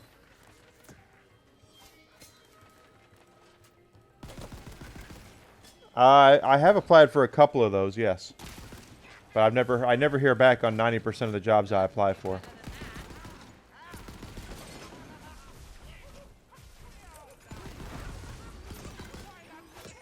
Level 28.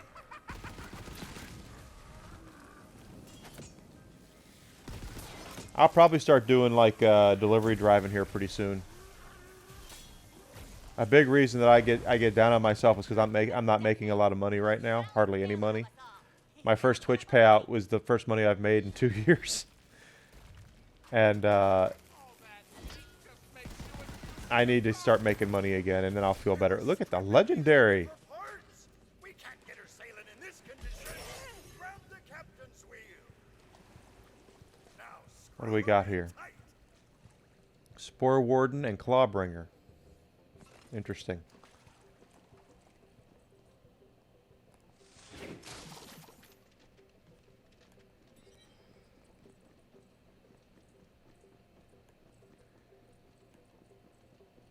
Once I start making a little bit of money doing something, I think I'll be in a lot better mood.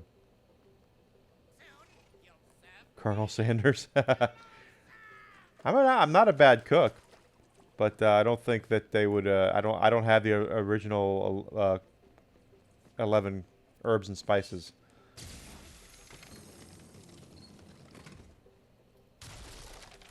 Rich, yeah.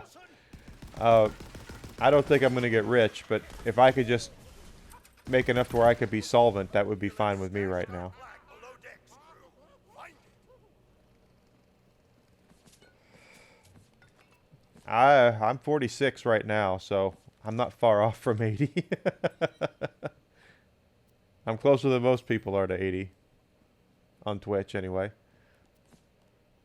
Good plundering, crew. Throw her up on the mast and see her dance in the wind. Where the second mate? Second mate! Bam. These fearsome sword snout. Place it front and center on the bow. This gun is getting it done.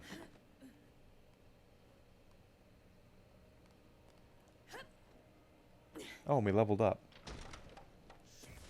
I forgot we leveled up. Okay, put another point into that.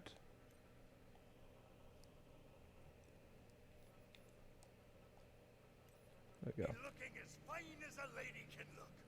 Over here, we'll raise the Marley Maiden back to fighting shape. A ship's got a soul as much as any man, and I've been practicing my decromancy. Time to get these wooden bones dancing again. Crew, a tune if you will. We'll get there, though. Raise the Marley Man. Okay, so that's not going to work. Go down there and do what they want me to do, I guess. Raise the bones! Raise the bones! Oh, that's a Goonies reference, I think.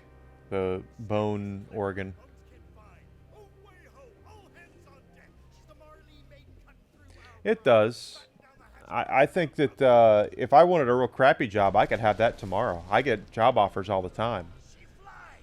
But Now with crew I want a good job. I don't want something where I'm instantly replaceable, and that's something that a lot of recruiters here in the States in particular don't understand. Say, That- that chartreuse bloke called you Blood's free wood back there. What aren't you telling us? He deserved the whole truth, and there's only one way to properly deliver pirate backstory. A tunnel full of music and elaborately staged vignettes. Places, everyone!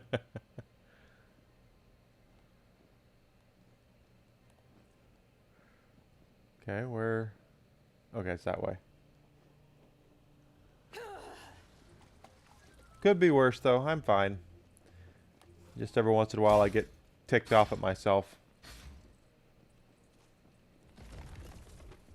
There once was a love that put to sea, and the name of the man is known to me.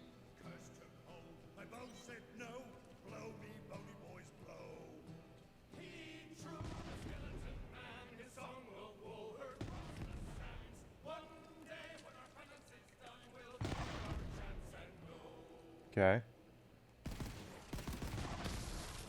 Thank you. Ghost pirates. For many a shore, an oath to the other we both swore. I, Johnny, was my true amour. Blow me, bony boys, blow. He drew the skeleton man, his song of woe heard across the sands. One day when our penance is done, we'll take our chance and go.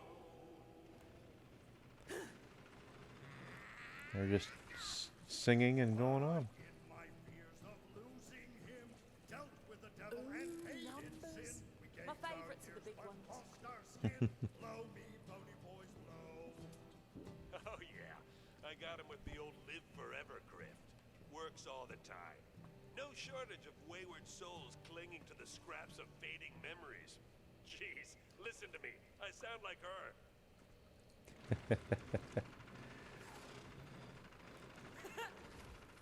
Charlie couldn't forgive Love me some Will Arnett. That is a great choice for the bad guy. my fault. So it falls on me, bony shoulders, to make things right. He drew the skeleton man, his song across the sands. One day when my penance is Le Chance. take my chance and go. Jova, hi buddy. Tempest scored be not far. Follow Polly, crew. We're off to set things right. How you doing today? Oh, lurking. Yeah, I get it. I appreciate you being here and lurking for me. Always appreciate you guys. Love you guys. All right, shooting.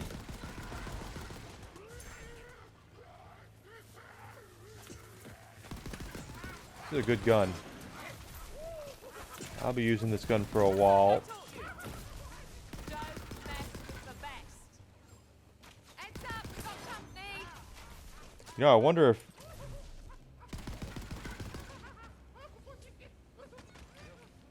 Yeah, Twitter kind of went nuts. Our group chat went bananas. Grim puts in Purge Day and everything starts going bananas.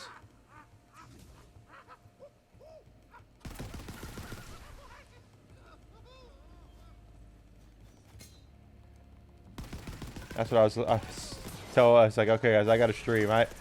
As awesome and as hilarious as this is, I have to get to work. What phone's connected to your ass phone? I love it.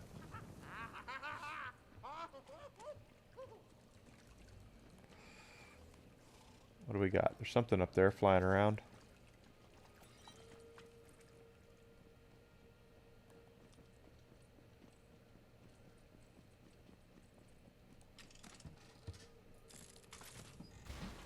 Mimic.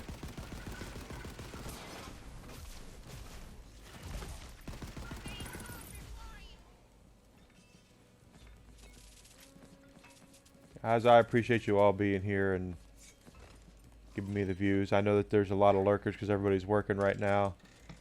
But thank you so much for everyone. Oh, okay. I want you to know that I do appreciate it very much. The Fate Maker walks the land, trying to mend what was broken. Every step reveals another lost hope. The task seems insurmountable. Sometimes it can get a little daunting. I'm sure we all know that are This be it, crew. Beyond that streaming wall ourselves. the Tempest scored. Let's batten down some hatches and shiver some timbers. Fire! Well, if this doesn't look like a boss to me, I don't know what does. Well,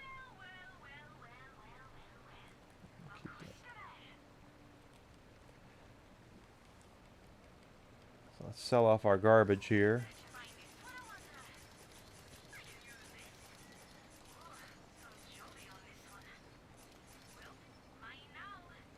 There we go. Full up on our this. Hopefully this gun will make this easier. Yeah, every time you go down like this in Borderlands, you can pretty much bet you are running into a boss. That be LeChance's ship. Where he'll be expecting us now.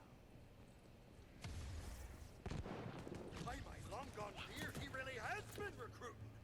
Crew, prepare to blast those bombs to the 17 seas! 17. I almost don't want to kill the rest of you. Will you tell everyone how impressive I am? Oh, right, I will. Carry on! Huzzah!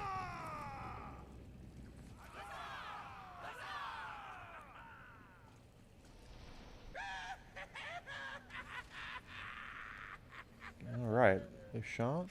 To plunge another dagger in my back, Bloods 3-Wood! Bloods 3-Wood is dead, LeChance. Stripped to the bone. I'm Bones 3-Wood now, you treacherous, villainous hunk of a man. Hunk. I'll never forgive you for turning us into skeletons. You played with fate and broke my heart. Avast! So be it! Avast! Before I send you back to the Sword Gate, Told you it was boss. send your crew to the depths of hell! He's got 2 bars. I'm not sure what the gray bars are for. I know that... Got him. That was a lot easier because of the gun. In Borderlands lore, the way things work is you have red, blue, and yellow bars, and each one is weak against a particular Now hear me out. Chartreuse LeChance. element. I be sorry. I should have asked you before I cursed us all to undead. I was so afraid of losing you that I wasn't thinking straight. You've never thought straight a moment in your life. There's M. And life. But thank you. I can't lift this curse of ours, but I can spend the rest Thanks, of our Em. I days appreciate making that. it up to you. All I need I hope so. I'm is a trying to stay positive. That's what I do. Try to stay positive. Your pirate wiles, 3-Wood. Me heart be always yours. I accept. Sorry, crew. No room for the living on this vessel. But I reckon this won't be the last we see of each other. After all, you're the fate maker, and fate. I am also grateful for that as well, Em. You'll find If it wasn't for what had happened, I wouldn't be here right now. You're probably right. you're welcome to plunder it. I found all the treasure I need. Take care of Polly, crew. Avast!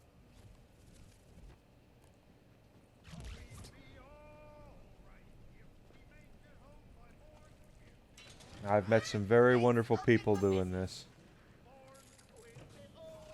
And I will be forever grateful for that. I have yet to find a shotgun in this game that I like. The gate is open. You have made it through the uppermost level of the seafloor, but now the darkest abyss lies ahead of you. We get back to the overworld. I'm going to save it and quit so I can get back in and reload it because it's really hanging up on me.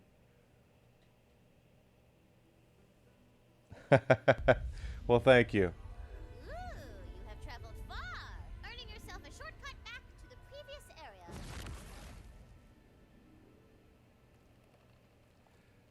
Let's save and quit. I have to reload this because it's really ticking me off.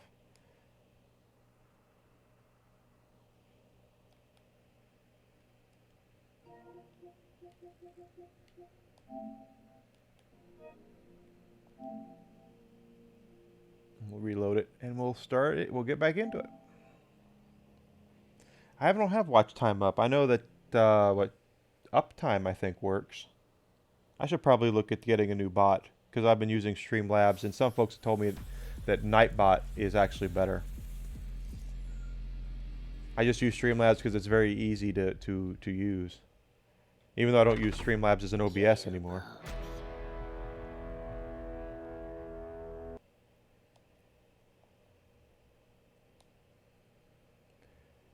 Hopefully that'll fix my hanging up problem reloading the game.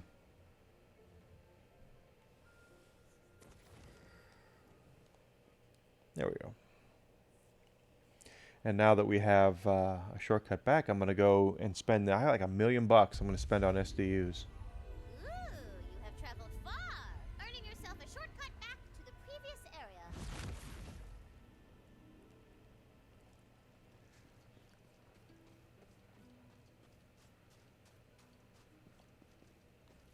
Ba-dum-bum, bum, bum, bum.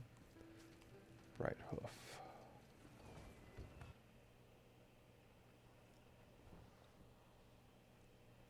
Maybe I'll do that today. I have to finish up those classes that I'm taking for streaming to see how the stuff I really want to learn is probably going to be in these last 3 courses that I have to watch. But while after I do that, check out the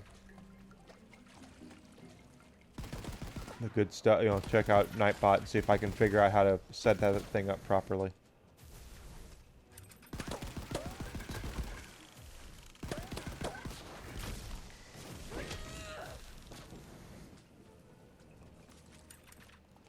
There we go. Come on up here. Or this way. Mr. Torg is still there waiting for us. Love Mr. Torg, one of my favorite characters in all of Borderlands. Oh, a side mission. Look at that. We'll tackle that in just a second.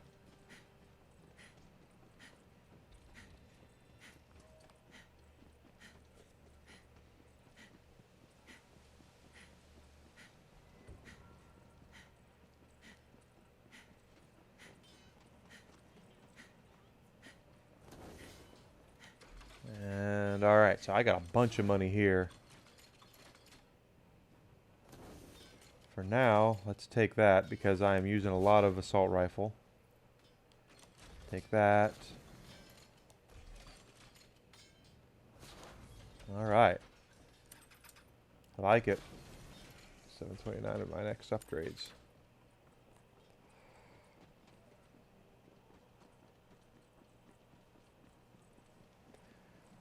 If you want to, we can talk. I got another, what, hour before I gotta go, so if you want to, we can do a party. What do we got here? Take it. My name is Phil. Some call me Crooked Eye Phil, which is honestly very insensitive of them. Sensitive. But that's not important. What is important is that the pirates of Scallywag Landing are going to put me to death if no one pleads my case. I need a pirate lawyer. Please come help me. Pirate lawyer? My dream of being a pirate lawyer, I'll have to find Phil. Oi, now that's uncalled for objective. Just call him Phil. There. Was that so hard? The more the dice, the better the loot. Didn't know that was there. I will take it. And we are heading this way now. Let's see. If I'm here, then that means... Wait, what does that mean? No, Queen's Gate's not the way to go. I want to go back to the overworld. Oh, thank you, Big Play. I appreciate it. Thank you so much.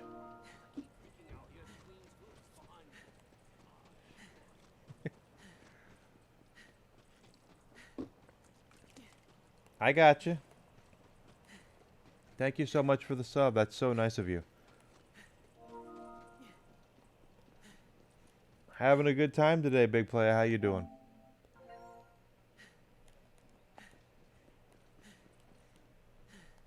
Good morning, Em, or probably afternoon where you are, right? Hello, hello, hello. Can you hear me? Yes, I can hear you, sir. How's it going? Pretty well. I haven't spoke to you direct in a couple of weeks. Yeah, you've been a little busy. It's just life, mate. It's just life. Yeah, that's what happens. Sadly, I wish I could just play my game all day. I mean, I pretty much can with my line of work, but I don't like doing that because I need to keep myself busy with other things. Yeah. Another side mission. Bounty. Yeah, you were asking if I was moving over there. I've had a house in North Carolina for 2 years nearly, and I've just put it on the market a week or two ago. So. Yeah, that's what you were saying. I knew you said you were going to move over here, and then you had a house in North Carolina, and then you said you sold it. It's like, dang, oh, wow. Okay. Yeah, I'm trying to move to New York. Because I decided over the last month or so, I'm going to just leave my job being a producer for a couple of years, and I just want to live life a little bit. Mm-hmm. Because only being 21, I don't want to get to the point where I've been working for years and years, and I'm too tired to do anything. So I think right now is a good time. I'll probably go back into being a music producer when I'm like 23, 24. I'll just spend a couple of years just doing me for a bit, because I want to try and find my forever home. Does that make sense? Like the home I just want to settle down in. Right. So, yeah. Big player, I am doing great today. The game is doing. I'm really enjoying the game. I'm looking forward to really theory crafting and trying to figure out what the cool stuff is that's going on with this. And oh, that's wrong. And I reckon you'll have some filthy builds in that game. Yeah. I had some naughty builds back in Borderlands 3. Yeah, I bet you we'll come up with some good stuff. Yeah. You probably get a build where you can one-shot melee a whole like end boss. Lucky, who comes in here, has melee stuff that he does on Borderlands 3 with Amara that is pretty nasty. But the melee weapons in this game are really cool. Kind of feels good when you swing that axe and pop a guy. It's like broadswords and stuff, isn't there? Yeah. It's pretty cool, man. I need to pick it up, but I'm gonna buy it on PC, I think. Yeah. Well, it's going to be cross-platform now. Oh, really? Yeah. Yeah, they announced that they're adding cross-platform to BL3, and this is cross-platform now. Oh no, you know what that means though? There'll be a higher influx of modded weapons now. Yeah, that's probably true. I just have to be careful not to get into any of that. Yeah, because once PC comes into the mix with anything, Yeah. it's mods left, right. Modzilla. Yeah, it's pretty obnoxious that people have to do that, but I mean, they can play how they want at the end of the day. I'd rather just find like an overpowered hammer on the floor and build my build around that. I don't want a hammer that can literally just one-shot everything regardless of the build. Yeah, it takes all the fun out of the game. Boring. Yeah. There's a level of skill with Borderlands games too. Like, you can't just jump in and put a build together and expect it to one-shot everything. You have to make sure everything works in conjunction with one another. And you have to be good with it. Like, that's what you were like in Borderlands 3. Your build was good, but I'm sure if anyone picked up your controller at your house, they wouldn't be able to execute it how you do. It might not be that way. It is true. Whenever I go back and play like Diablo 3, it's the same way that I have to get used to playing that character again. It's not just, it's a really, my characters are really strong in that, but they're not that, you can't just jump into it and start kicking butt. You have to go, oh, right, I have to do this, and then do this, and then do this. Yeah, they aren't strong. They aren't as strong without the player. Yeah. Does that make sense? Mm-hmm. Well, I appreciate you saying that. No, honestly. That's what I was appealed to at the start. You were just blasting through missions on Mayhem 4, was it? Initially, before they did Mayhem 2.0, where they went up to Mayhem 11, yeah. Yeah, that's when I joined, I think. Mm-hmm. It wasn't until later they added the Mayhem 2.0 and all that good stuff. Now it's Mayhem 11, and you can go through and do that stuff. But it was about, for me, it was when I first started playing it. It's kind of similar to this, although I'm a little better at this than I was at Borderlands 3 when I first started, because I think it's because I played it so much. But it was hard at first to try to figure out what build was gonna work out the best. You couldn't just go, oh well, I'm just gonna train this and this, and then everything's gonna be good. You had to really get into it and find the minutia of, okay, this is actually kind of useless compared to this. I don't really need to put 3 points here. I can put 1 point here, and it's just as effective. You know, that sort of stuff. And then, you know, looking online helps too. Theory crafting is difficult. Yeah. But if you can crack it down and just connect things in your head and think, oh wait a minute, well, if I put this here and put that there, that means if I can do 40% more damage than what it's telling me. Like, that's what I like about games like that. Mm-hmm. Because you can't just be silly and put points willy-nilly anywhere. I think that the thing that they're going to have a problem with this is, I was talking about earlier, that they're going to have before they could just say, well, the siren's doing way more damage than we want with this skill, so let's just nerf the siren. You know, let's nerf Amara, or let's nerf Mose, or whatever. If they nerf a character class in this, they're going to nerf everybody at some point.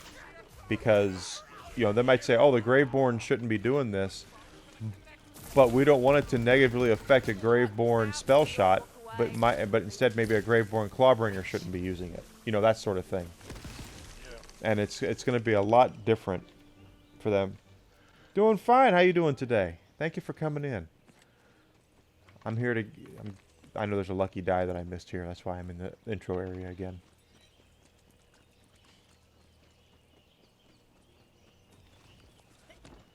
Ah! Skeletons. This is a great gun so far. I'm going to use this for a while. The last couple of months I've just been engrossed in Call of Duty Zombies. Oh, Happy Cup. Hi. Thank you for coming in. Thanks for the lurk. Are you doing the new Call of Duty, or is it one of the older ones? I'm playing the brand new one. Brand new one? I actually skipped this year's Call of Duty. Yeah, I mean... Last year's. It was, the COD is really buggy, to be brutally honest. I love it. The movement's great. I love the weapon, like, how the weapons feel and all of that extra stuff. It's just, it's really buggy. I remember I bought Cold War, was the last one I bought, because I had an Xbox Series X on launch day.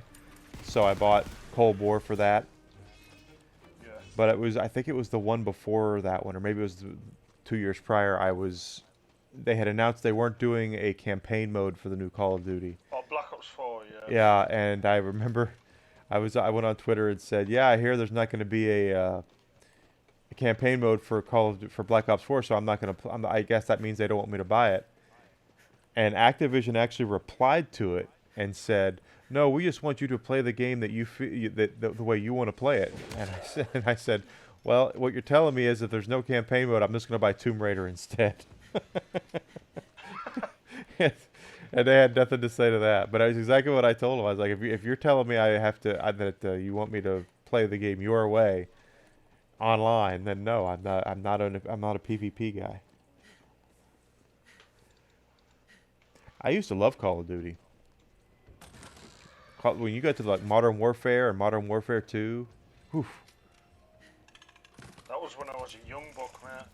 I used to sell those games. That's when I worked at the store, and I would tell people, they would ask me, every other year, Call of Duty would change developers. They would go between Treyarch and Infinity Ward. Infinity Ward created Call of Duty. And my regulars would come in and say, so who's developing Call of Duty this year? And I would tell them, and that was how they would make their purpose. I would say, you could skip them if Treyarch was doing them.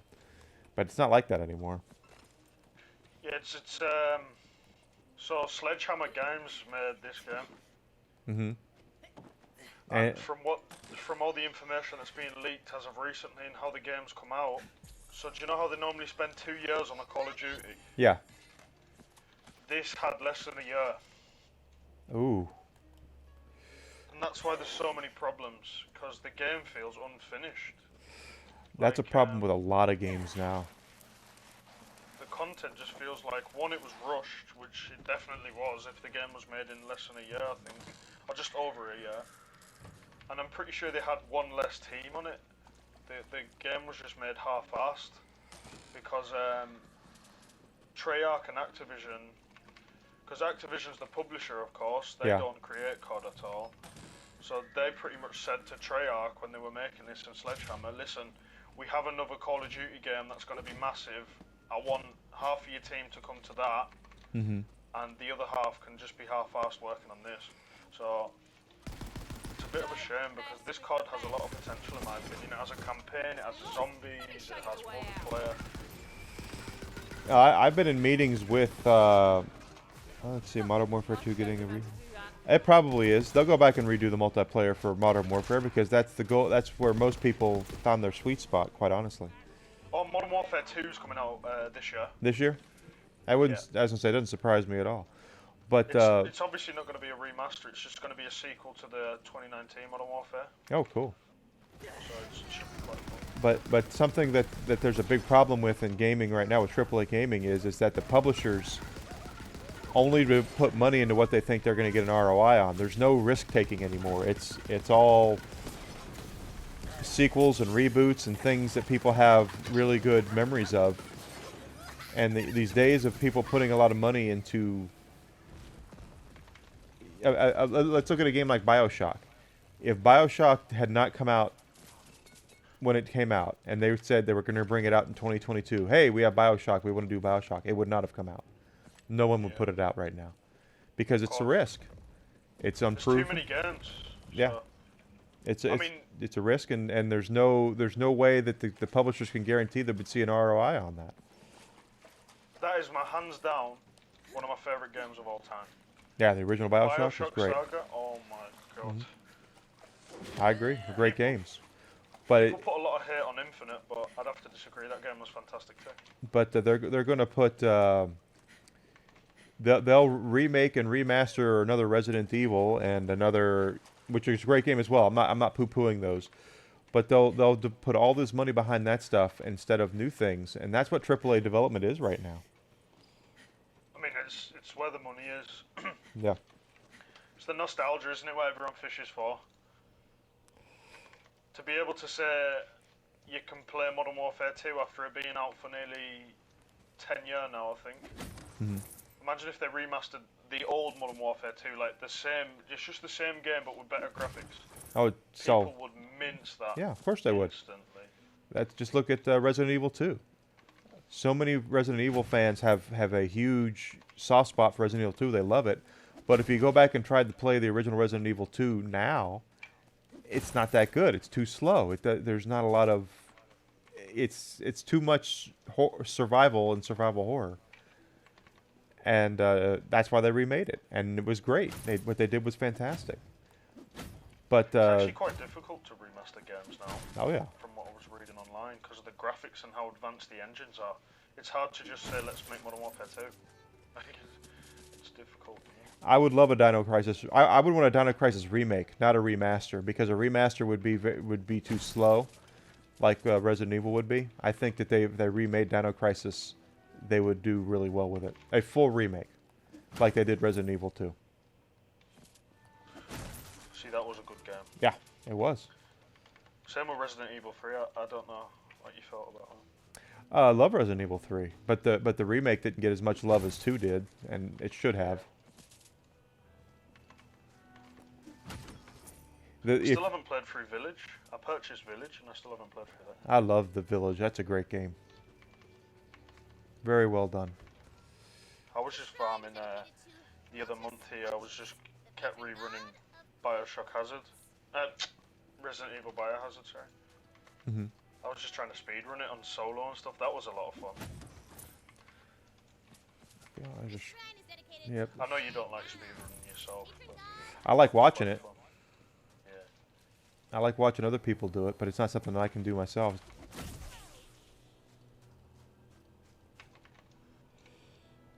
The remake of 3 is a good remake. It really is. But it didn't get as much love as 2.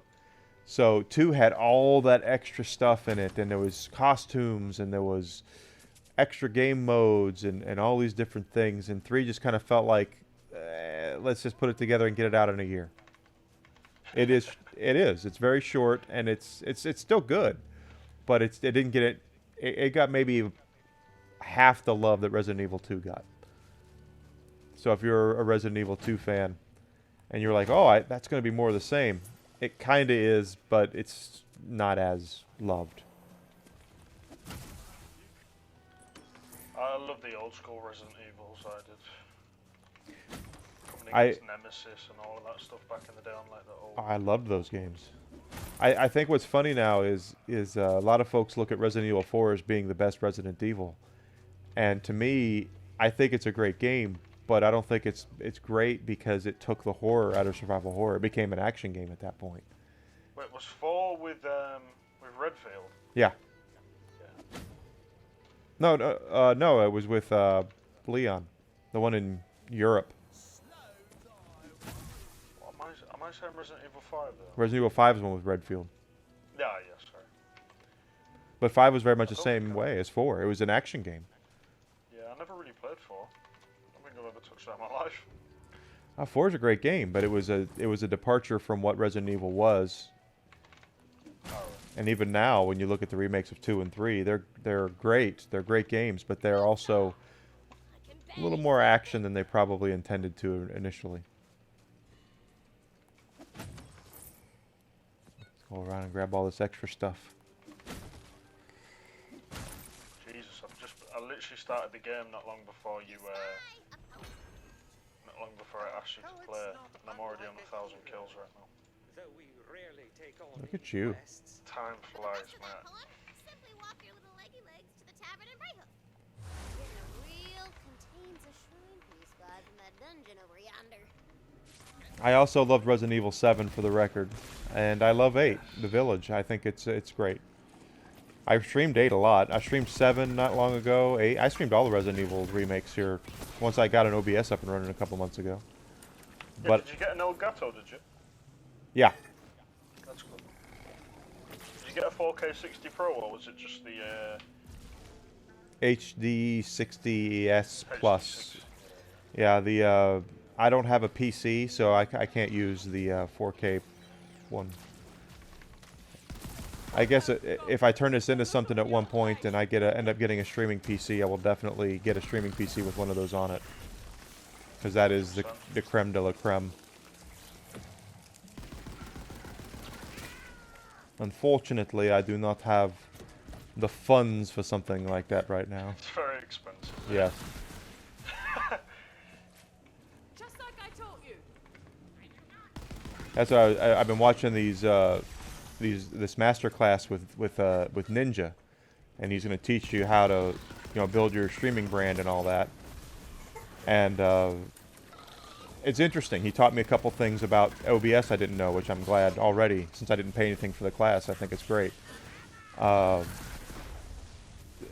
then he shows us his streaming setup that he's got, about how to set up your streaming setup. And his setup is, he has, it's freaking Ninja. So he's got the best of everything. He gets like six, 7 figures a month. Yeah, he has a customized game studio that he invested $50K in to get everything up and running, and I was like, that's really cool. It really is. I'd love to have something like that. But if I had $50K, first I'd pay off my student loans. But he brings in $50K a month, probably at least. More. Yeah. No. He gets 6-figure sums a month, mate. Ah. It's ridiculous. He actually opened up about it. So, like, do you know in Fortnite they do the creator codes? Yeah. He gets $1 million a month off that alone. Good gravy. How do I get in on that? That's what I need is... That's just a creator code, though. That's just people buying... so with Fortnite and stuff, you can obviously buy the V-Bucks and spend money on skins. Yeah. Well, if you put the creator code in when you purchase something, for every, I think it's 5,000 V-Bucks spent with that code, it gives him $5. So think about it. People are spending money, so much money, across the world to give him $1 million a month. Something tells me he gets a little stipend on top of that too, though. Oh, 100%, because he's a staple Yeah. of Fortnite. So, like, Epic Games will probably bump his 10% up to maybe 40 or something like that. Or they gave him 500 grand just off the top or something. It's like, hey, we want to make this for you, and we'll pay you to use your name, and then on top of that, we'll give you $5 off of every 1,000 sold or whatever it is. Yeah, he's got his own skin in Fortnite, so. Of course he does. That's what he plays. Well, that's where his name came from recently. I don't think he plays anymore because he got upset with the game. Oh. Oh, he can get upset with it all he wants to. He likes it now, I bet. I mean, I'd love the game if I was getting $1 million a month just off of it. Exactly. I won't sit here and act like that I'm the biggest fan of McDonald's, but if they want to pay me money, I will wolf down quarter pounders like it's going out of style. Yeah, trust me.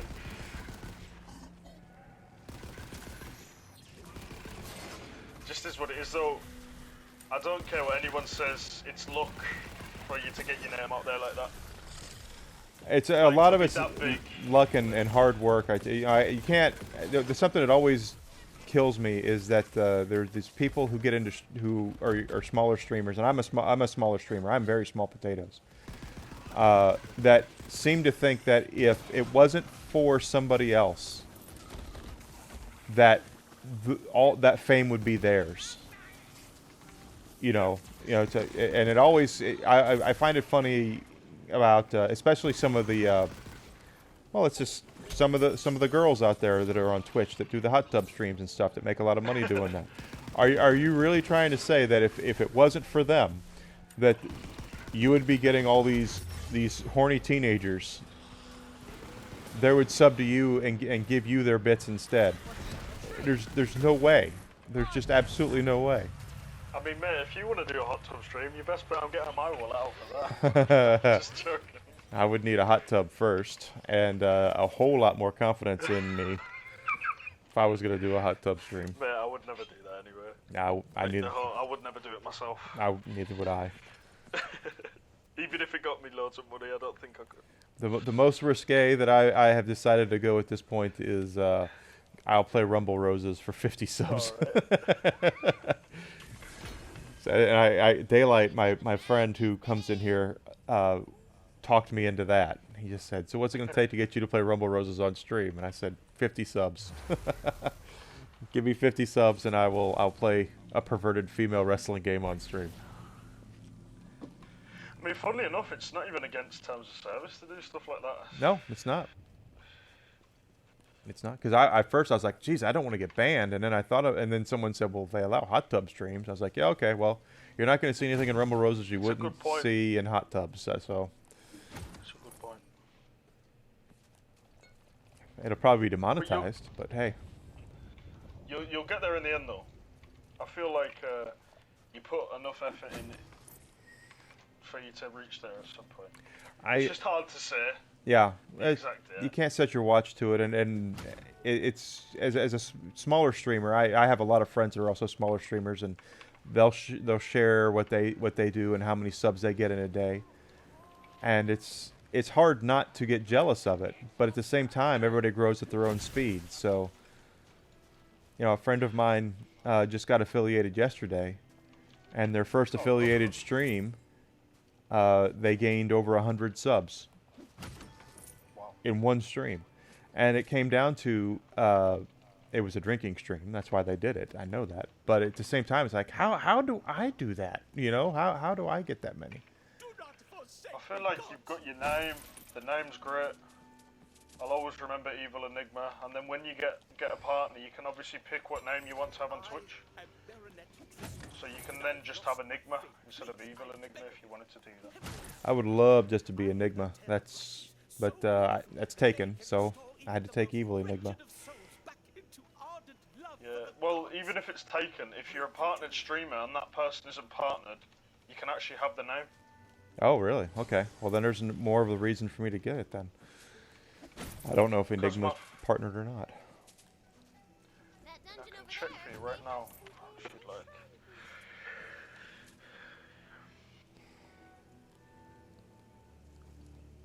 One day.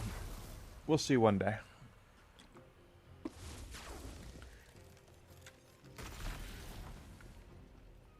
mean, the fact that you've actually got the name Enigma on PlayStation as well is pretty cool. It's because I had a launch day PlayStation 3, and the first thing I did before I did any game playing was I went and registered myself on PlayStation Network. I knew good and well that if I waited on that, I would lose it. So, and because of that, that's all carried over from PlayStation 3 to 4 to 5, and if they keep doing it, I will always have that name. So I've just searched up on Twitch. Mm-hmm. Enigma, by the looks of it, is a dead account. Meaning, they've only got one follower, and the account literally has the old school Justin TV profile picture. So that Enigma's been an account on Twitch for years, and it's never been used. So you could 100% have that. Good. Well, we just have to get me 75 viewers per stream for the next 30 days, and I could go back to being me again. I like your name though. Very memorable. Oh, then maybe I'll keep it. I'm saying Enigma. Oh yeah, Enigma's. I've been Enigma online since 1995, so. See, my name on Twitch is just my initials. So, some people do that. Some people do other things that mean something to them. It's my girlfriend's name on Twitch, because she follows me and comes in here sometimes, is Desi Dish. And I was like, what is Desi Dish? And she had a cat named Desi. And whenever she would get done with dinner, the cat would come up and paw at her. So she would say she would give her the plate to lick the plate. And she said that was the Desi Dish, was the plate that she would lick, and that's why she goes by that name, as Desi Dish. See, I like that, when names have meanings like that. Yeah. Because mine, the 4 letters, EWMR, are literally I've got 4 names, and they're literally my initials. So M, it actually has a lot of meaning to it. So, my name's actually Ewan. Mm-hmm. Do you know, like Ewan McGregor? Yes. And so EM is my initials, but not only is EM Ewan McGregor's initials, and he has the first name as me, Mm-hmm. and my producer tag on my music is, do you know when he goes, hello there? Do you know Star Wars? Oh yeah, absolutely. Yeah, of course. And EM is the exact, so capital E lowercase m is the exact form of writing E minor, which is my favourite piano chord. Oh, well, that's cool. So it's got 101 meanings. That's why I picked it. I was thinking, I had this name from years ago. I was thinking, what could I have as my name? Because it's got to be memorable, it's got to be something nice to me. And I thought, on all my social medias, I'll just have my initials, EWMR, and people that know me will know me by M, because that's my alias on games. So, that's mine. I got Enigma from, well, obviously, that's the Riddler's real name, so I'm not going to act like I didn't have some inspiration from that. Edward Nigma. But I didn't even know that myself. Yeah, it's his real name, Edward Nigma, and that's why I spelled it the right way, which is the wrong way to actually spell it. Enigma is supposed to be spelled with an I. Yeah. But yours is an actual name for yourself, so it makes sense for it to be Enigma with the Y. Yeah. But when I was 1995, when I first got into internets, and it was a new thing for a lot of people, I joined my favorite game of all time is Final Fantasy VI. Okay. And I ended up joining a Final Fantasy VI storytelling group where everyone had their characters from, and we were post Final Fantasy VI, and you could write stories, and they were collaborative. So if you were going to be somewhere where there was a couple of characters, you get a hold of their authors, and then you would write with them. It was a collaborative thing, Oh wow. yeah, we were really well done, and it was popular for a while. And my character I made up from scratch, and her name was Natasha, and I needed a bad guy, and I said, Enigma's a great name. So her bad guy it was Enigma, and so that's because I am obviously a male. That's what I would go by online and our relay chats and stuff was Enigma. See, that's got a good backstory to it. I like that. Because it's not just something like the majority these days. A lot of the kids online, they just pick names that are actual words. Mm-hmm. They're just random stuff. It's because it's expensive in the community. Yeah. People buy and sell Twitch names. That I So didn't like know. some people have random words like you, these, tell. It has no meaning to it. It's just an expensive name to have because it's a rare name to just have a word online.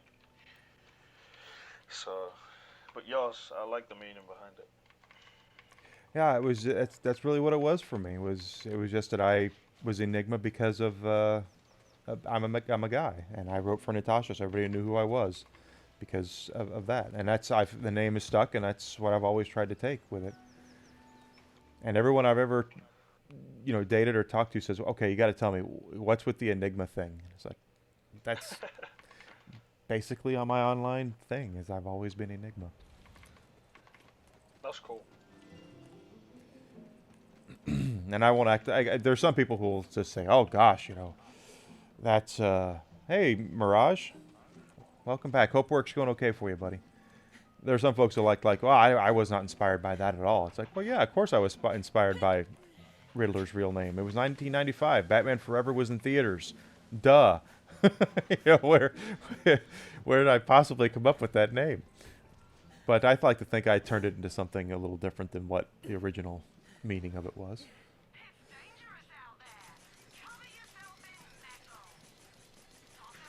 I just searched Edward Nigma.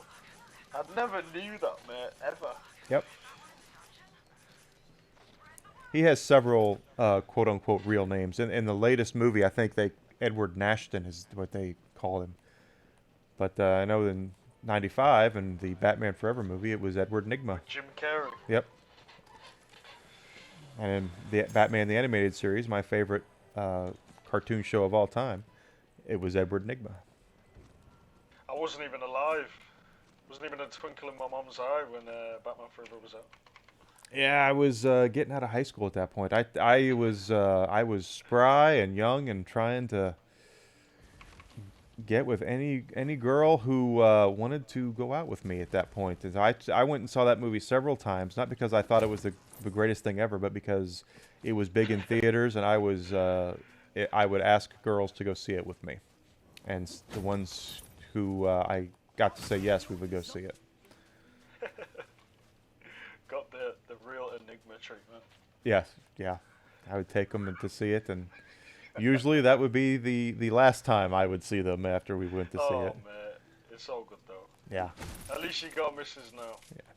She's wonderful. She puts up with me. I'd say I don't deserve her, but then she'd come in and smack me, so if she's listening.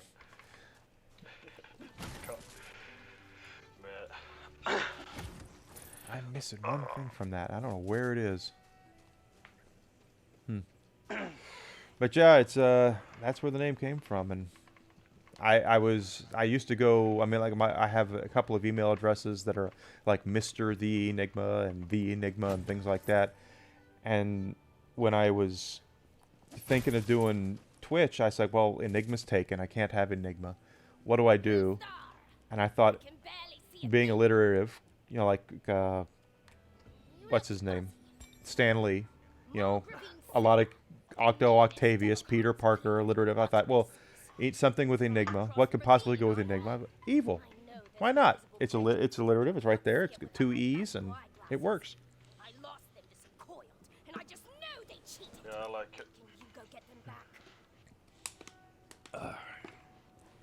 Okay, so go to the ruins.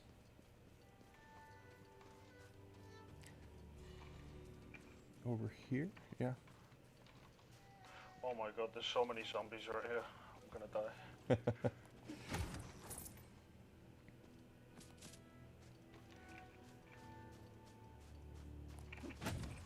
My favourite Call of Duty of all time is actually Call of Duty Ghosts. Ghosts, okay. If you ask anyone, that's a very controversial statement, that, because everyone thought Call of Duty Ghosts was despicable.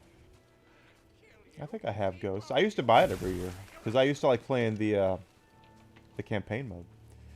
But I was never. I remember there was one summer I was when I was still working for GameStop. I used to get a free year of Xbox Live every year. Microsoft used to take care of us. They would give you free games and free Xbox Live and all sorts of stuff. And I just said I was on vacation or something like that. I was at home, staycation, and I just said, I just take this week and I'll play Call of Duty online just to see what it's like. And so I went on and I was playing like the every man for himself versions of that. The free-for-all. Yeah, free-for-all, and I sucked. I was so bad at that. And I said, okay, now I know why I don't play these games online with people, because I would be a detriment. And there were... It's the sweaty kids nowadays. I vividly remember this dude, and I bet you I meet this guy one day, now that I'm doing this. It was one of the Call of Duties, I think it was a Modern Warfare, where if you got so many kills, the more kills you got in a row, the better the reward you would get, and one of the rewards you would get was a helicopter.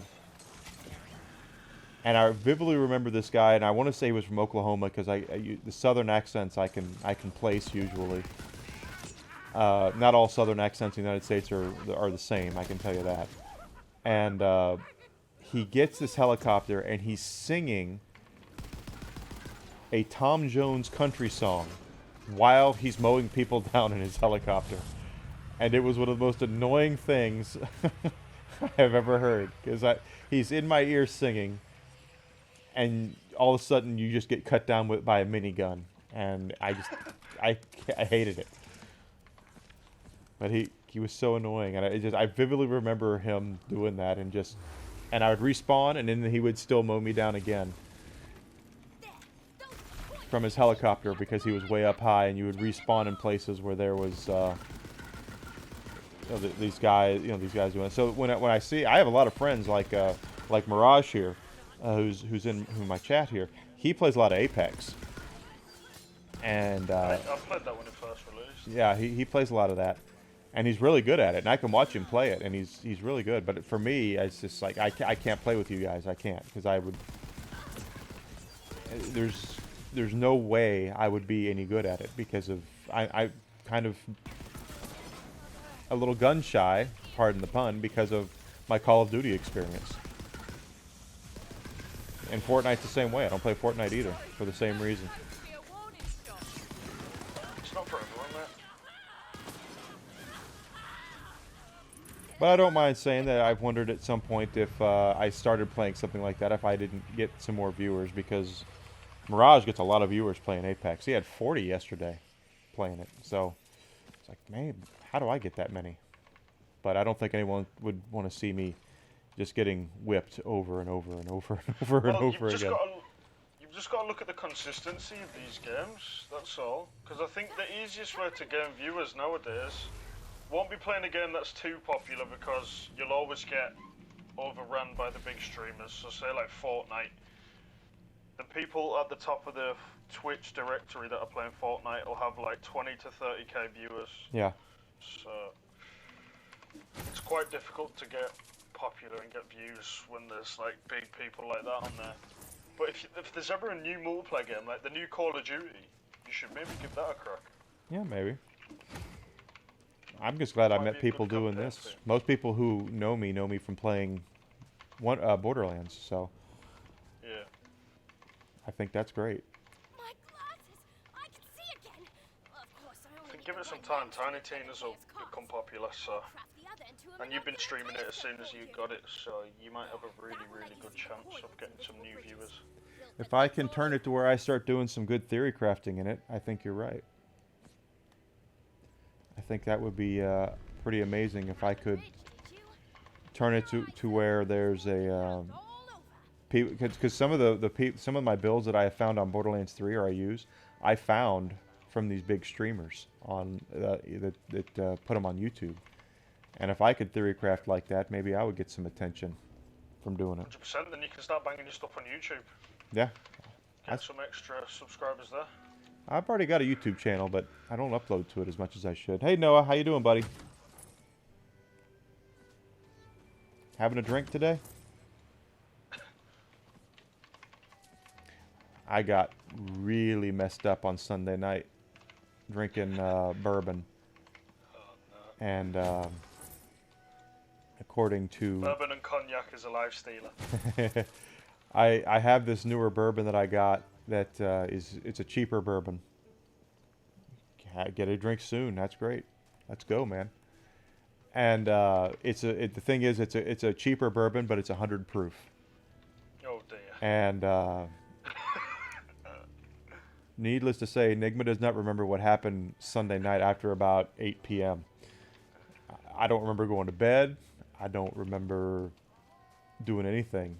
And I woke up on Sunday, and my girlfriend got up out of bed, and she said, "You don't remember anything that happened last night, do you?" And I said, "Nope. I don't remember even going to bed." And I had a headache. They say 3 sheets into the wind and you've had enough. I was about 8 sheets into the wind, I think. And she started telling me the stuff that I did, and I said, "I did that." Yep, sure did. And she could have told me almost anything. I'm not either. I only drink once a week. If I do drink though, I quite like the spirits, mate. I drink I'm more of a vodka guy. I drink bourbon once a week, and then a couple times a week we'll have some wine with dinner. And that's it. I didn't start drinking until I was 35 years old. Which is kind of funny, because if I would have been drinking before that, I probably would have had a better time working for GameStop. But I didn't drink at that point.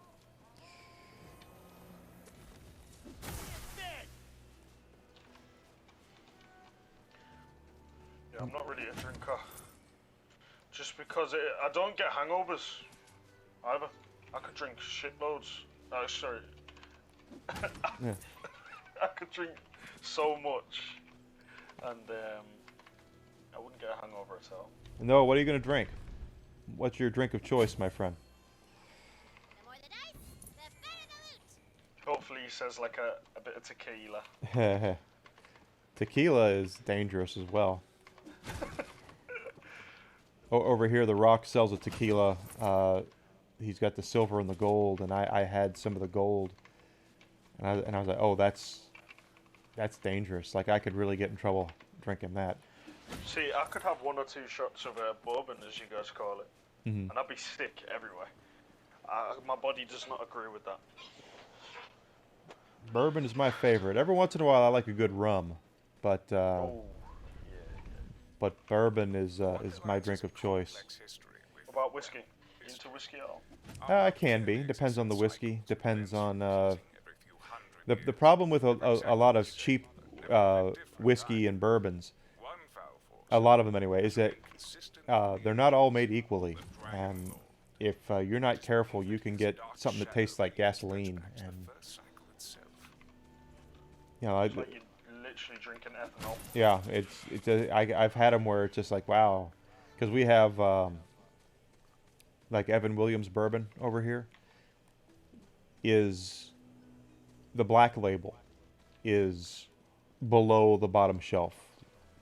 You can buy it here for like $13 a bottle, and you drink it and you feel like a fire-breathing dragon afterwards, because you get that. They call it a Kentucky hug, but it's really just like, holy cow, you did as little as you possibly could to make this bourbon. You aged it for 4 years and you put it in a bottle. Is all you really did. But some of the if you can get a pretty good bourbon, like the bourbon I got messed up on Sundays in Evan Williams, but it's bottled in bond, so it's actually aged and they crafted it better, and it's got a better flavor to it, and it doesn't give you that crazy go nuts gasoline ethanol taste to it, you know. I know people who can drink Jack Daniel's straight, for instance, just straight old black Jack Daniel's. And I can't do that. I think it's got a little too much gasoline taste to it. Yeah, some people are animals. Yeah. Honestly. But that's how they like it. I don't tell people how to enjoy their drink, but that's just something I can't do. I quite like gin as well. There's some good gins out there. I tell you what's dangerous here is if you get, I don't know if you guys have this in the UK, but moonshine. Oh no, we don't have that, but I've had it before. Moonshine is dangerous because it is not regulated by the governments. So you go by and buy the milk jug, and it's very smooth, and it's very drinkable, and it's very. You'll lose entire evenings to that as well. I've tried. I went to Tennessee, Mm-hmm. and I'm trying moonshine peaches. Oh yeah. Let me tell you, I was one jar in, and I passed out. Got the, Because it doesn't taste like anything. Because the alcohol content is so high, when it's in the fruit and things, you can't taste the alcohol hardly. my folks went to they did the Bourbon Trail one year. This was several years ago, and they brought me back. We have a show here on TV called Moonshiners, and it's That's honestly the most American thing I've heard. yeah, and it's so stupid because it's not stupid because it's these people who used to do moonshining, and it's a reality show, so they try to make it look like they still do it illegally, even though they all sell product in the stores. Like I can walk into the local package store here, and they'll have moonshine from these guys that are on the show. So they're not doing it illegally. It's all done for dramatic purposes. But they visited one of those stores, and they brought me a mason jar of apple pie moonshine. Oh wow! And it was, oh God, you just as soon as you open it, it smells like a freshly baked apple pie. Oh dear. And that mason jar didn't last very long. It was very good. But it's just funny that you hear about the aging process and all that, and then moonshiners just go, nope, here it is. Enjoy it. And boy, is it good. There's some good moonshine out there. There's some bad stuff too, though. There's some stuff that smells like oatmeal, and it doesn't taste very good. But there's some really good moonshines out there that like the apple pie, the peach. I could really do the peach as well. Good stuff. Have you tried that before? Go ahead. Have you tried it before? Sorry. I don't think I've tried peach. I've tried cherry. It's because it literally have peaches in them. Yeah, yeah. I've seen them with the cherries in the bottom of them and things like that. I've had cherry. And there's good stuff out there. But you just have Quite to. Dangerous. They don't have flavor from aging it in barrels, so they age it with fruit instead.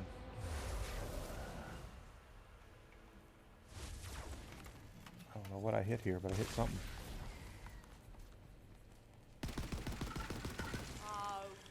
But yeah, as I said, I'd rather smoke than drink. I have never been a big smoker. I don't smoke at all. I've never smoked, and I just not my thing. Not my thing at all. I know you're not talking about cigarettes either, are you? No, I smoke both. Okay. Just none of my business. But it's my parents smoked cigarettes for decades, and as a kid I hated it because it smelled really bad. Oh yeah, if I ever have kids, I would stop. Yeah. But yeah, I've just done it for years, man. It's a habit now. Oh. I'm afraid. Like I said, I don't. If you enjoy it and you're all right. Now, if it affects your health, I would suggest I've stopping. got asthma, so it makes it 10 times worse. But Yeah. it's okay. We power through. The things we do. Yeah, it is what it is, though. Yeah. But it's just I for the longest time I didn't drink and I don't smoke. I still don't smoke, but I didn't drink at all. And I swore I'd never do it. Yeah, but you get the first nice feeling of being drunk, and you're just like, oh, I like this. No, it's just a mellow thing. It mellows. Yeah. It really helps you mellow out, and I can mean when I was Calms your mind. I like it. my my boss when I worked at GameStop, we would go to conference every year, managers conference, which for many years was in Las Vegas. I don't know if they still have them, and if they do, where they have them now. But one night a year, or one night at conference, we were supposed to have district dinner, where the DM was supposed to take you out to dinner and all your district together, and you bond as a district, right? Well, my boss took that as, let's just take the money they're going to give me for that, and I'm just going to take everybody to the bar, and we're going to get, crap faced. We're just going to drink, drink, drink, drink, drink. And I didn't drink at the time, and my boss hated that. He hated the fact that I wouldn't stick around and drink. I would show up and make an appearance and talk to people for like 15 minutes. But the sushi bar in the hotel closed at 9, and I would look at the clock and go, I got to get back to the hotel so I can get something to eat. And he hated the fact that I wouldn't stick around. And I was like, well, of course I'm not going to stick around. I have things to do. I'm hungry, I can't. Beer is not not a food group, I'm afraid. But if I would have been drinking at that time, I bet you it would have been a better experience for me, because it would have mellowed me out more. Yeah, that's what these substances do. Calms your brain down and just slows you down. Yeah, and my brain works overtime on me sometimes. That's what happened. I've got anxiety and ADHD, so mine never stops. Yeah, and that's what happened to me yesterday. Not last night, but the night prior to last night. Is we went to bed and turned off the lights, and as soon as I laid down, my brain said, "You weren't thinking of going to bed right now, were you? Because I have all these things I want to think about." Yeah. I have all these things we need to discuss up here in your brain before we go any further. And I went, "Oh, you've got to be kidding me! Not tonight." Yeah, that's why I smoke. Yeah. So I came downstairs and played Wonderlands for a couple of hours. I went back to bed. But it was my brain was all over the place, and my brain is the type of brain that I second guess every decision I've ever made since I was 18 years old. And my brain still does it, where it's just like, really, streaming? You're gonna do that now? And every choice I've made, and you made a red logo for your streamer profile. Really? Is that really what you wanted to do? Yeah, by the sounds of it, you might just might have anxiety. Maybe. I don't know. I've never been to a therapist, so who knows? It might be worth it. It's just to see if I can give you a hand, because at the end of the day, I know how violent and ugly your brain can be. Yeah. Because sometimes you'd be sat there and you're just having a nice day playing your game, and then 1 minute your brain will be like, you want to think about this thing that is going to really upset you. You want to think about this. Yeah. So you sit there and you dwell on it, and it's horrible. Well, I don't think I get. It is horrible. But I don't think I get. I'm old school. I know you're a lot younger than I am, but I am. I'm 46 years old, and my initial thought process for everything is, as a Gen X male, is, when we played baseball. When I played baseball, if we got hurt, if we got hit by a pitch or something like that, they would always yell to you, "Rub some dirt on it," something like that. And that's my mentality is, just rub some dirt on it, everything will be fine. Oh, mine's exactly the same. I'm from a military family. My mum used to just say to get a grip every time I used to hurt myself or something like that. But I'm just saying, it's one thing being able to cope, but it's another thing maybe going to speak to someone about it. Yeah, maybe so. Next, when I get some insurance again, maybe I'll do that just to see. Just to give you a peace of mind. Yeah, just to make sure I'm not going nuts. Well, more nuts than I already am.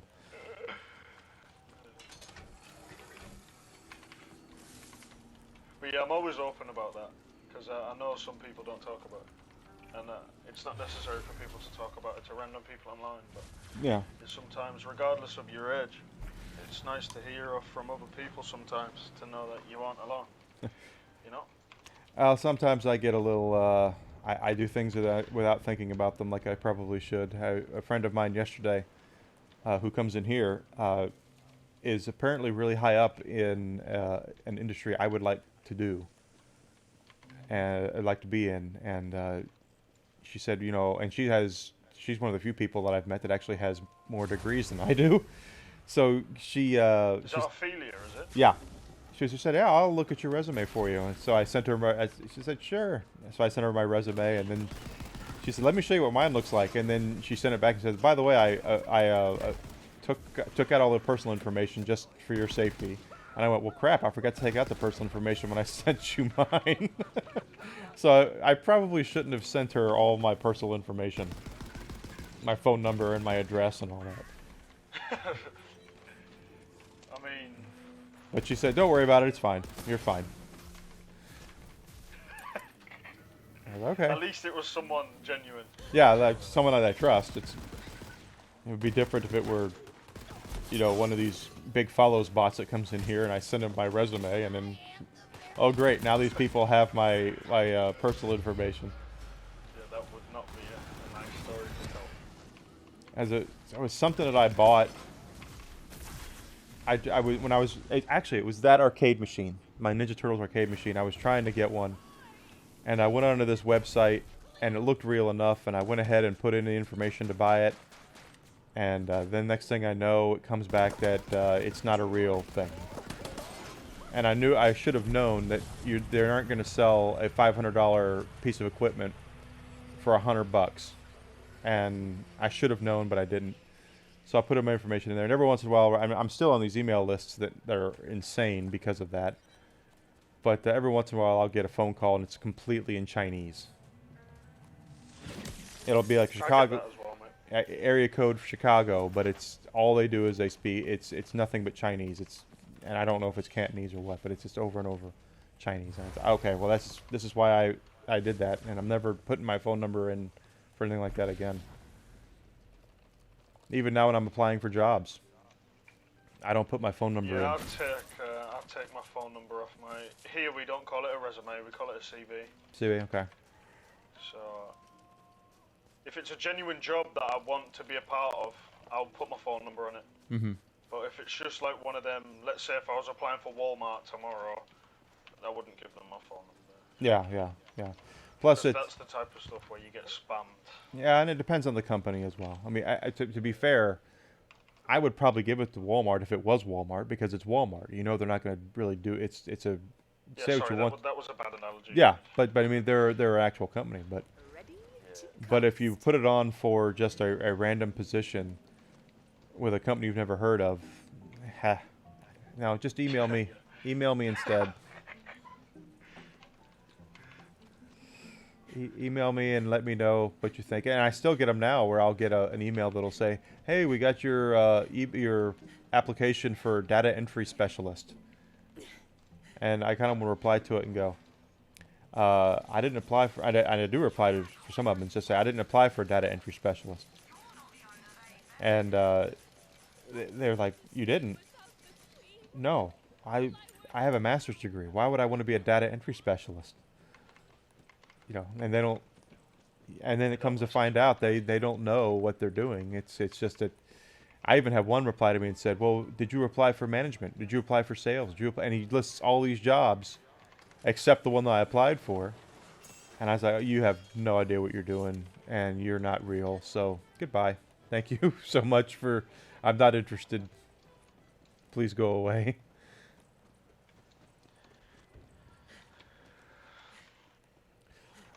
Oh my goodness. Well, we have gotten to the point where I need to go make lunch. Will you be streaming later on, will you? I have some stuff to do around here. I don't know if I'll be around today. No worries, man. I've been thinking of By getting... the way, it was a pleasure talking to you. Always a pleasure to talk to you too, Em. Anytime, bud. Thank you so much for joining me, and you know, your positive words really mean a lot to me. Thank you so much. No worries, no worries. It means a lot. And I'm glad. awesome that you're in music. That's awesome.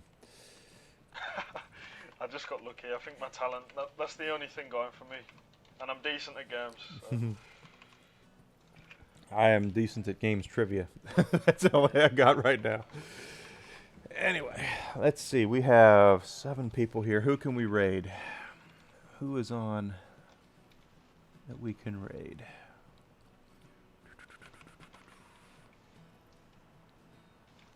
Someone that needs it.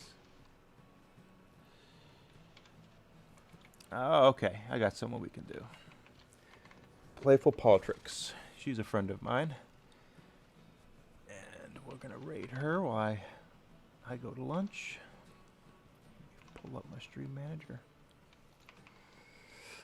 She's playing It Takes Two. Probably. Oh, she is playing with somebody. I don't know who, but I'm sure she'll let you guys know. So if you want to stick around and see what she has to say and watch her play, she's a great person. She's a friend of mine. We talk on Instagram a lot. Well, most of all, I hope you look after yourself and you enjoy the rest of your day, man. Yeah. I'm going to watch the rest of this masterclass thing, and I guess I should find out. Oh, I'm making tacos for dinner, so I have to make sure I get all that stuff taken care of. Oh, Ophi's here. I need to hydrate. Well, if you ever need a hand one day off stream, just shoot me a message. I can help you set up your Nightbot if that's what you want to go with. Okay, cool. I appreciate that. Not a worry. Well, I'll let you go. All right, buddy. I'll talk to you soon. Thanks so much. No worries. You take it easy. You too. Mm-hmm.